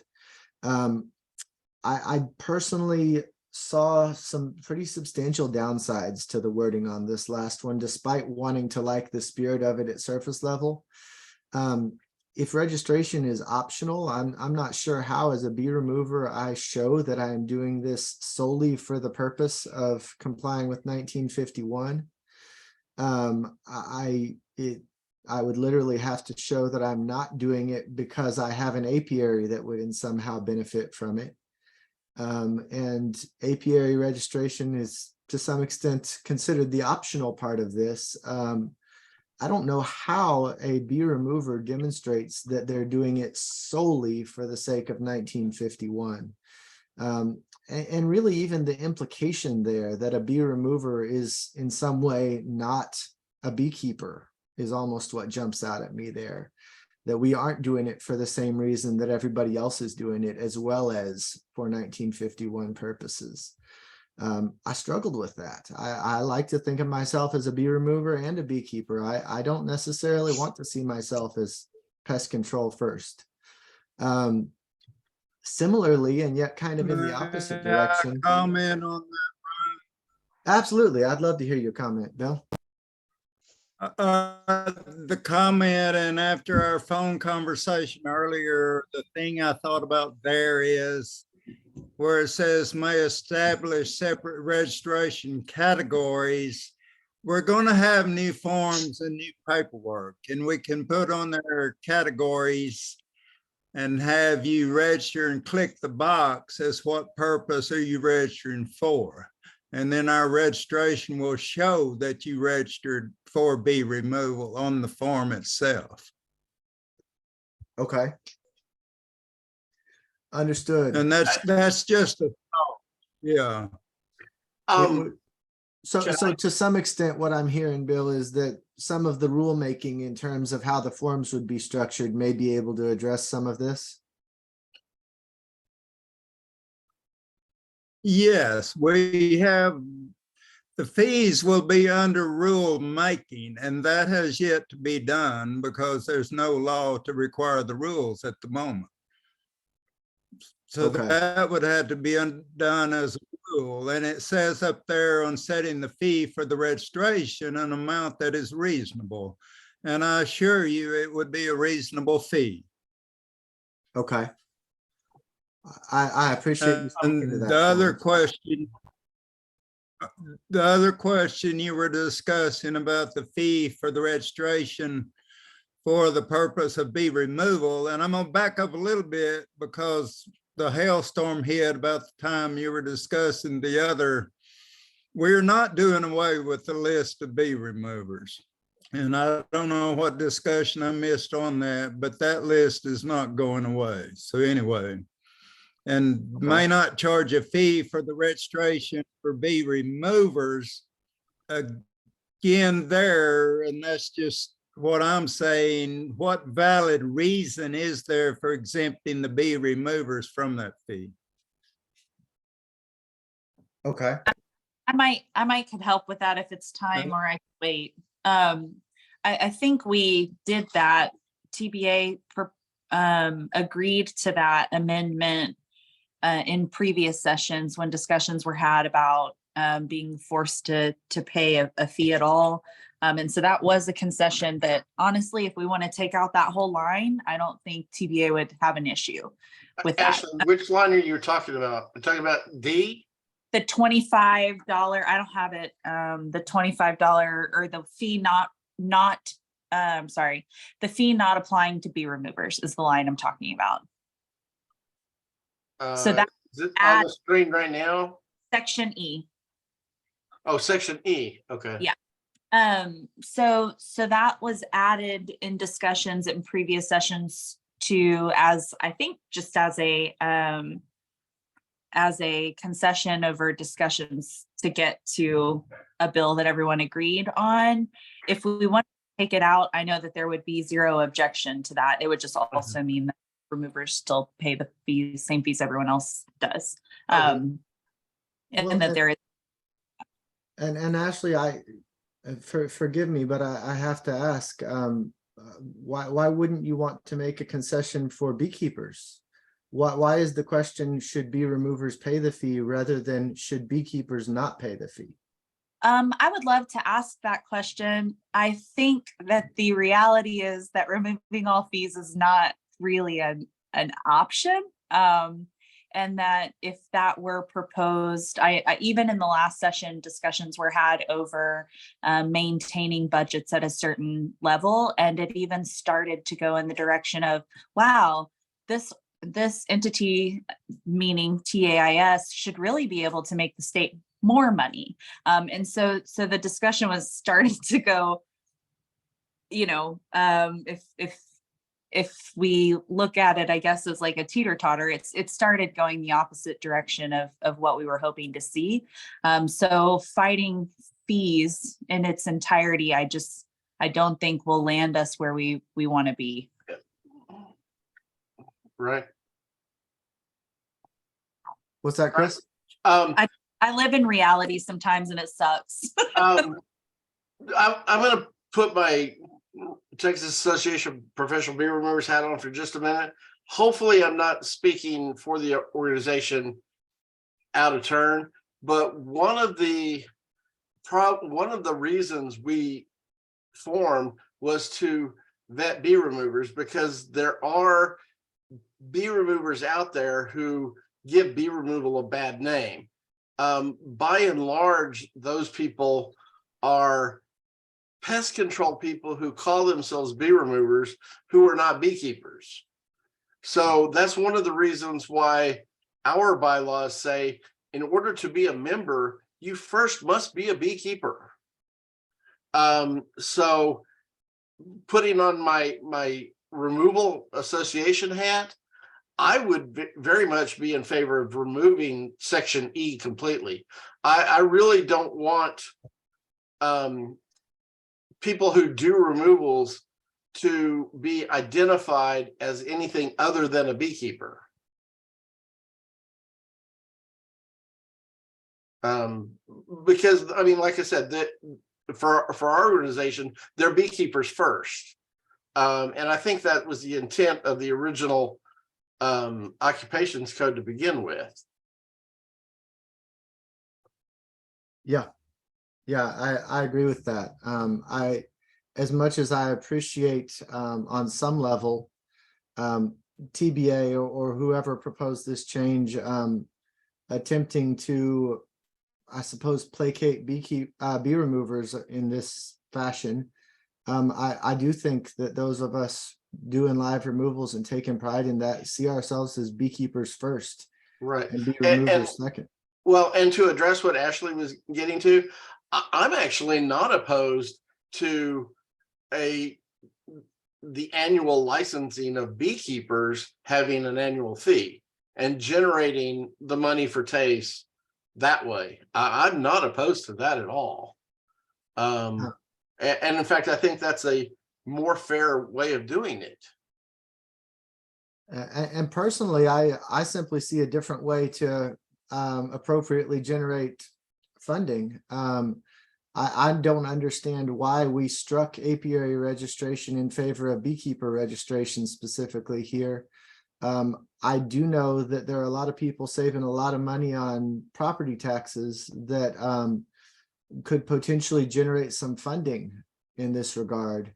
I have struggled not to see that beekeeper registration should be free, and those who feel the need to register an apiary for other purposes could pick up some of the slack in terms of making ends meet. Because a lot of those people are not in fact beekeepers. They are in fact property owners who are a beekeeper only based on the definition proposed here. May I comment, Ryan? Absolutely, Bill. One thing in reference to what you're talking about there on the ag exemption and property people goes back to that line about may establish different categories of registration. And if they're registering for the appraisal, then we can change the fee a tiny bit on that.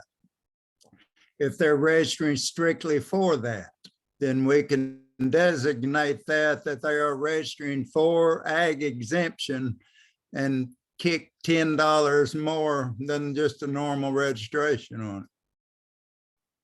I do understand that. Bill, honestly, sorry, Ryan, I didn't mean to step on. No, go ahead, Chris. Honestly, I don't think separating out beekeepers by purpose is such a good idea. If you wanted to separate beekeepers out by volume of hives and do it that way, then that might be a logical way of doing it. But personally, I don't like the idea of calling some beekeepers landowners, some beekeepers removers, and some beekeepers hobbyists, or however you want to define that. At what time of year are you going to count colonies? Pick a time and just say Well, it. I mean, you pick a January time. 1st. I mean, you can say, yeah, we all know that colonies go up and down. So I'd say pick a day, January 1st. I believe who is the insurance company that insures beehives for floods or varroa. That's the day that they use. So there is some precedent for January 1st. It's discussion. To be clear, I'm not so much suggesting that we separate beekeepers categorically in all these different categories, but my thought was more along the lines of a property owner who needs to register for the sake of having paperwork to provide to their appraisal district. It is specifically registering because they need the documentation. I don't think bee removers are being asked to present documentation. I don't think any other beekeeper needs the documentation. My suggestion is more originating in the idea that there is one scenario where someone needs this documentation. Bee removers, in theory, I suppose something could one day call for it, but there's nothing on the books that does. And that brings up a question also of apiary locations being confidential. It does. Any documentation that was mentioned the other night in our meeting. And that remains intact though, like that supersedes this verbiage in here, but anyway. But doesn't it mean that all this is not ready for prime time though, that there's a lot more discussions to be had with different interest groups represented? It seems that to some degree, the arguments that were raised regarding the Texas honey bill perhaps not being ready could be applied here in terms of, is this portion of this bill ready? Yeah, so my only argument to that would be that we've been in discussions on this bill since before 2015. And that where we are now on this bill has been a result of previous discussions, and now there's new people coming to the table with discussions, right? So at some point, it's, you know, I haven't heard a whole lot of this is going to damage anything. And I also haven't heard anybody saying, oh, there's, you know, there's a way around. Okay, so for example, invasive species, when you brought that up, the discussion was, okay, yeah, we can get around that by doing this. I think what to Bill's point is the registration being beekeeper related opens the door to provide a way for them to access data. And they can ask questions on that registration form that you and I don't get to dictate necessarily to the Apiary Inspection Service. And they can use that data to make adjustments to fees. Maybe there's only 5 people that are registering for a certain thing. Maybe there's 150 people registering for a certain or as a certain type of beekeeper. Anyway, I'm listening to, I'm just listening to a lot of stuff. And I think most of these things could probably be addressed. Right. Okay. Just to be specific, my main objection is how the categories are defined, and then paragraph E. I don't like paragraph E at all. Yeah, and I think we all, yeah, I think removing paragraph E would not be an issue. But I'm really concerned with how categories are defined. It's a lot. that the way that honestly, May I the way comment, Bill, the Chris? way Bill described that makes me very uncomfortable. Which Yeah, part? Bill, go ahead. Well, may I comment? Yeah, go ahead, Bill. Yeah, I would like to address that, Chris, because that sentence, the chief apiary inspector may establish separate registration categories. I'm quite happy with throwing that whole sentence out. Okay. Okay. There. Well, then I have fewer objections if that's gone too. I do think we're rapidly. Okay, good. I do think we're rapidly approaching a point where we're talking about a non-existing bill now, though. I love the idea of working towards resolution of some of these issues, but to some extent, in an ideal world, that would have happened before this bill was filed in Austin in discussion in the beekeeping community. And as I mentioned when we started this, to some extent, what we're faced with now without a substitute bill in front of us is assessing this bill as it currently exists. Yeah, but if we can't discuss how to change the bill in this discussion, then how, you know what I'm saying? You've got.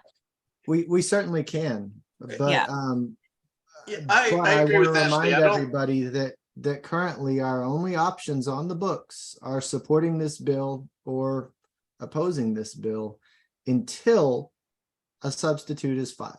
That's all I'm saying. Yeah. I do want to keep on moving. I think this is perhaps the other potentially contentious part of this bill. It was certainly the second of two issues that I had highlighting my experience with it.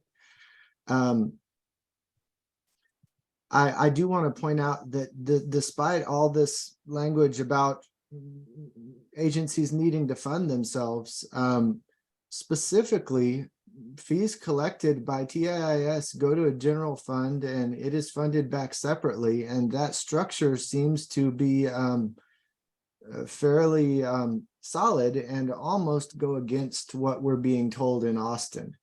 And I'm not questioning that may be what we're hearing. And yet, if the expectation is for an agency to fund itself, it is certainly an odd structure for fees not to be maintained within that agency, and instead everything to come out of the general fund. It almost leaves me wondering if specifically that's part of why that's done that way is because beekeeping does have larger contributions to agriculture beyond just beekeeping itself. Nonetheless, I think we're getting into the weeds, and I'm going to keep moving on through this. Thank you, Ryan. Yeah, I agree. Moving on through, we see some edits to branding and identification. What was previously apiary equipment, now hives. Removes address requirement for hive marking up there in number 1. 2 is marking, allows signage to mark apiaries rather than marking each hive individually. Line there by 3 provides an exemption for apiaries which are located at the beekeeper's home. I think it says principal residence actually in the language. Substitutes beekeeper registration with brand registration, or perhaps kind of combines those two concepts there by 4. And some changes to brand number language that seemed largely irrelevant to me. Anybody have any thoughts, concerns, ideas on any of this? The only thing, and this is not necessarily for this bill, this is more the long-term way that apiary registration brands have worked. I have long felt like a beekeeper should be able to come up with their own brand and register that rather than get some random series of numbers. Now, if somebody doesn't have a brand of their own, then certainly they should be able to assign whatever type of number they want. But are you talking something kind of like cattle brands work, Chris? Yeah, something Where similar. you can have a design, almost like a logo. A design or a number. In my case, I would love to just use my driver's license number, whether that's smart or not. That's me. But you know, it's a number that's already existing. I already have it. I don't have to go get another number that's just some random number that means something only to Tays. The other benefit of using driver's license, the reason I use it, is that any police officer anywhere, if I say Texas DL, they can look it up and see who I am. But you know, I hear that. And I see one comment in the chat. Gary's saying that seems like it would get complicated to register. And on some level, I hear that point, Gary, but it certainly is done with cattle branding right now. There's nothing less complicated than that about yeah, the and, G well, bar cattle brand brands that are my family graphics. uses. That's even worse than a series of numbers. Well, and Right. they're also done county by county. It's not a state list, it's a county list. So you have to That's register true. your brand with the county. I have registered my apiary number as the name with my company logo as the brand in several counties. I also see a note from Hannah that it is not a random number from Tace's perspective. From Tace's perspective, it is an informative number with the series of numbers actually telling things. Okay. But I can see both sides to that. Meaningful for them, but yeah. The part of me that gets to put a design on a cow likes the idea of putting a design on a hive and calling it my brand. I hear that. Go ahead, Henry. Former peace officer. So if you have your DL number on there and a cop stops somebody that has a bunch of supers with your number on them and they run that number, and then 2 days later you report all your stuff stolen, they can check the database and see if that number was run or not. And if it was run in Hudspeth County at the same time my driver's license number was run, they're going to know that I'm the one that had your supers. So it would be a great benefit if we could use driver's license numbers. And I'm not saying everybody should do that, but it's what I want to do. Right. It's sensible. And honestly, regardless of what is in the code here, what I label my boxes with is my driver's license number. I'm I see putting their brand on it. I'm putting mine. I see a good question from Mark here in the chat saying, would Tace assigned numbers be recognized by police departments in other states? And I'm guessing the answer to that is no, but perhaps somebody from Tace could speak to whether bee brands from our state are in any way in record in other states. I can speak on that. This is Bill. There is no recognition by other states, no.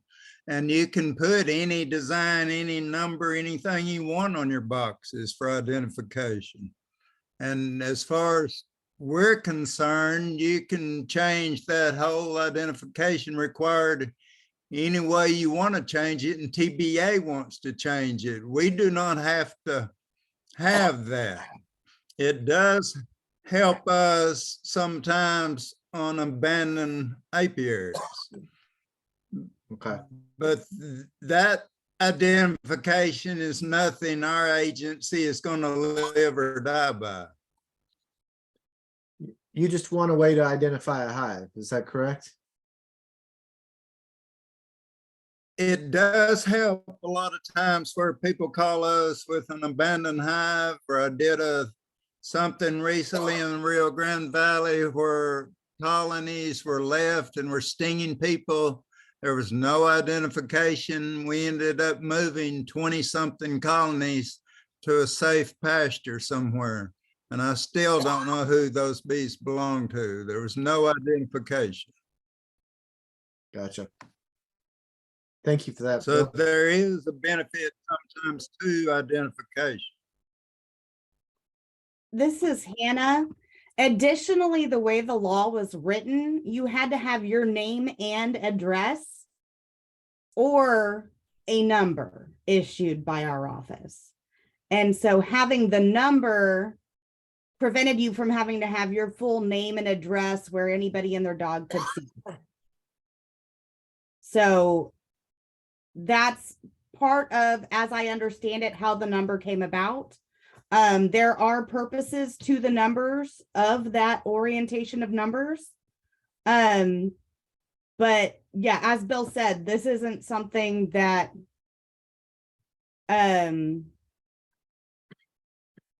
is as big as it seems like it is. Understood. Thank you, Ann. All right, and I do want to point out that the brand is not required, if I'm reading this correctly. Identification is required and the brand is one option. And in fact, it looks like we are striking out the address requirement up here in 131.61.1, clearly and permanently marked with the name of the person. And unless I'm reading that wrong, it looks like we've got options. All right, moving on along. Basically, at this point in the document, we're largely seeing accommodation of stuff that was previously established and we previously discussed. We're still seeing mention of branding and but nothing that we haven't already addressed in our discussion of this. We see a minor rewording of Department of the State there, but nothing that I think warrants discussion of impacts really. I see the chat flashing. Looks like that's still going on. Again, implementation of reportable pests and diseases language, but not much else changing as far as I could tell in this section. We still see some stars going for invasive language.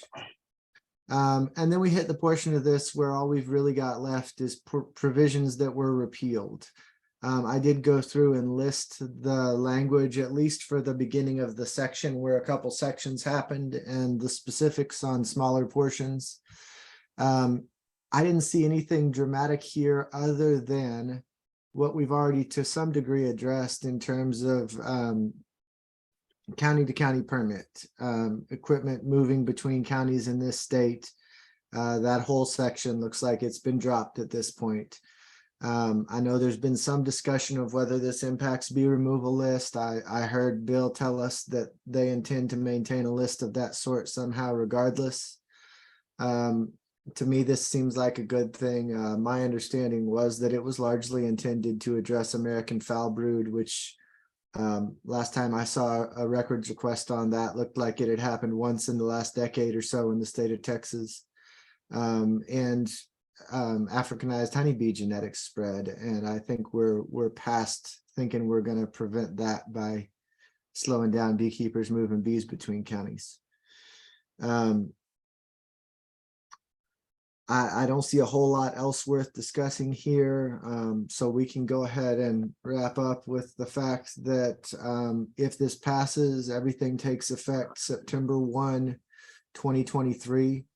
I did hear some concern regarding grandfather situations and whether currently registered apiaries were immediately unregistered as of September 1st.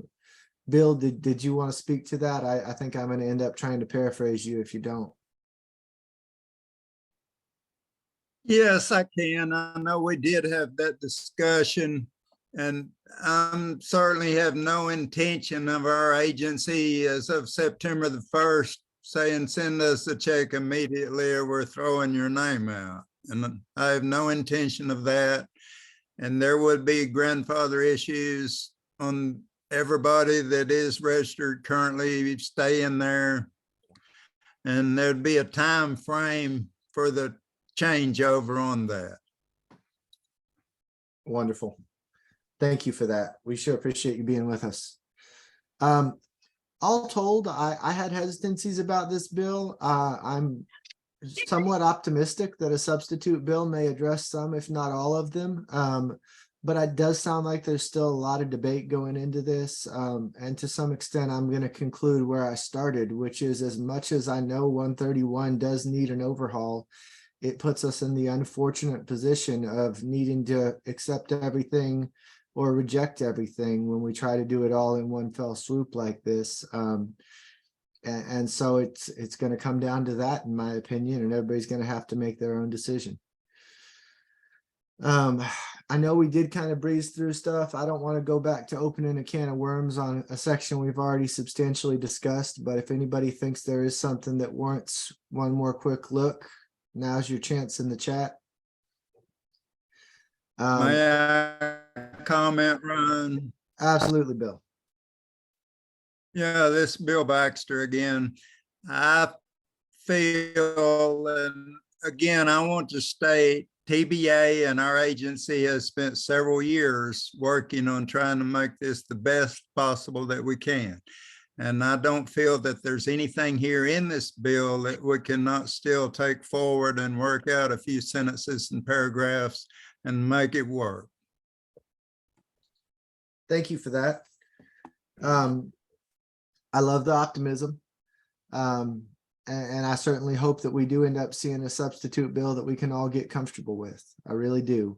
I will say that I have been to some degree involved in some of those discussions in past sessions. And as far as a 131 overhaul, I like this bill better than I've liked any of them so far.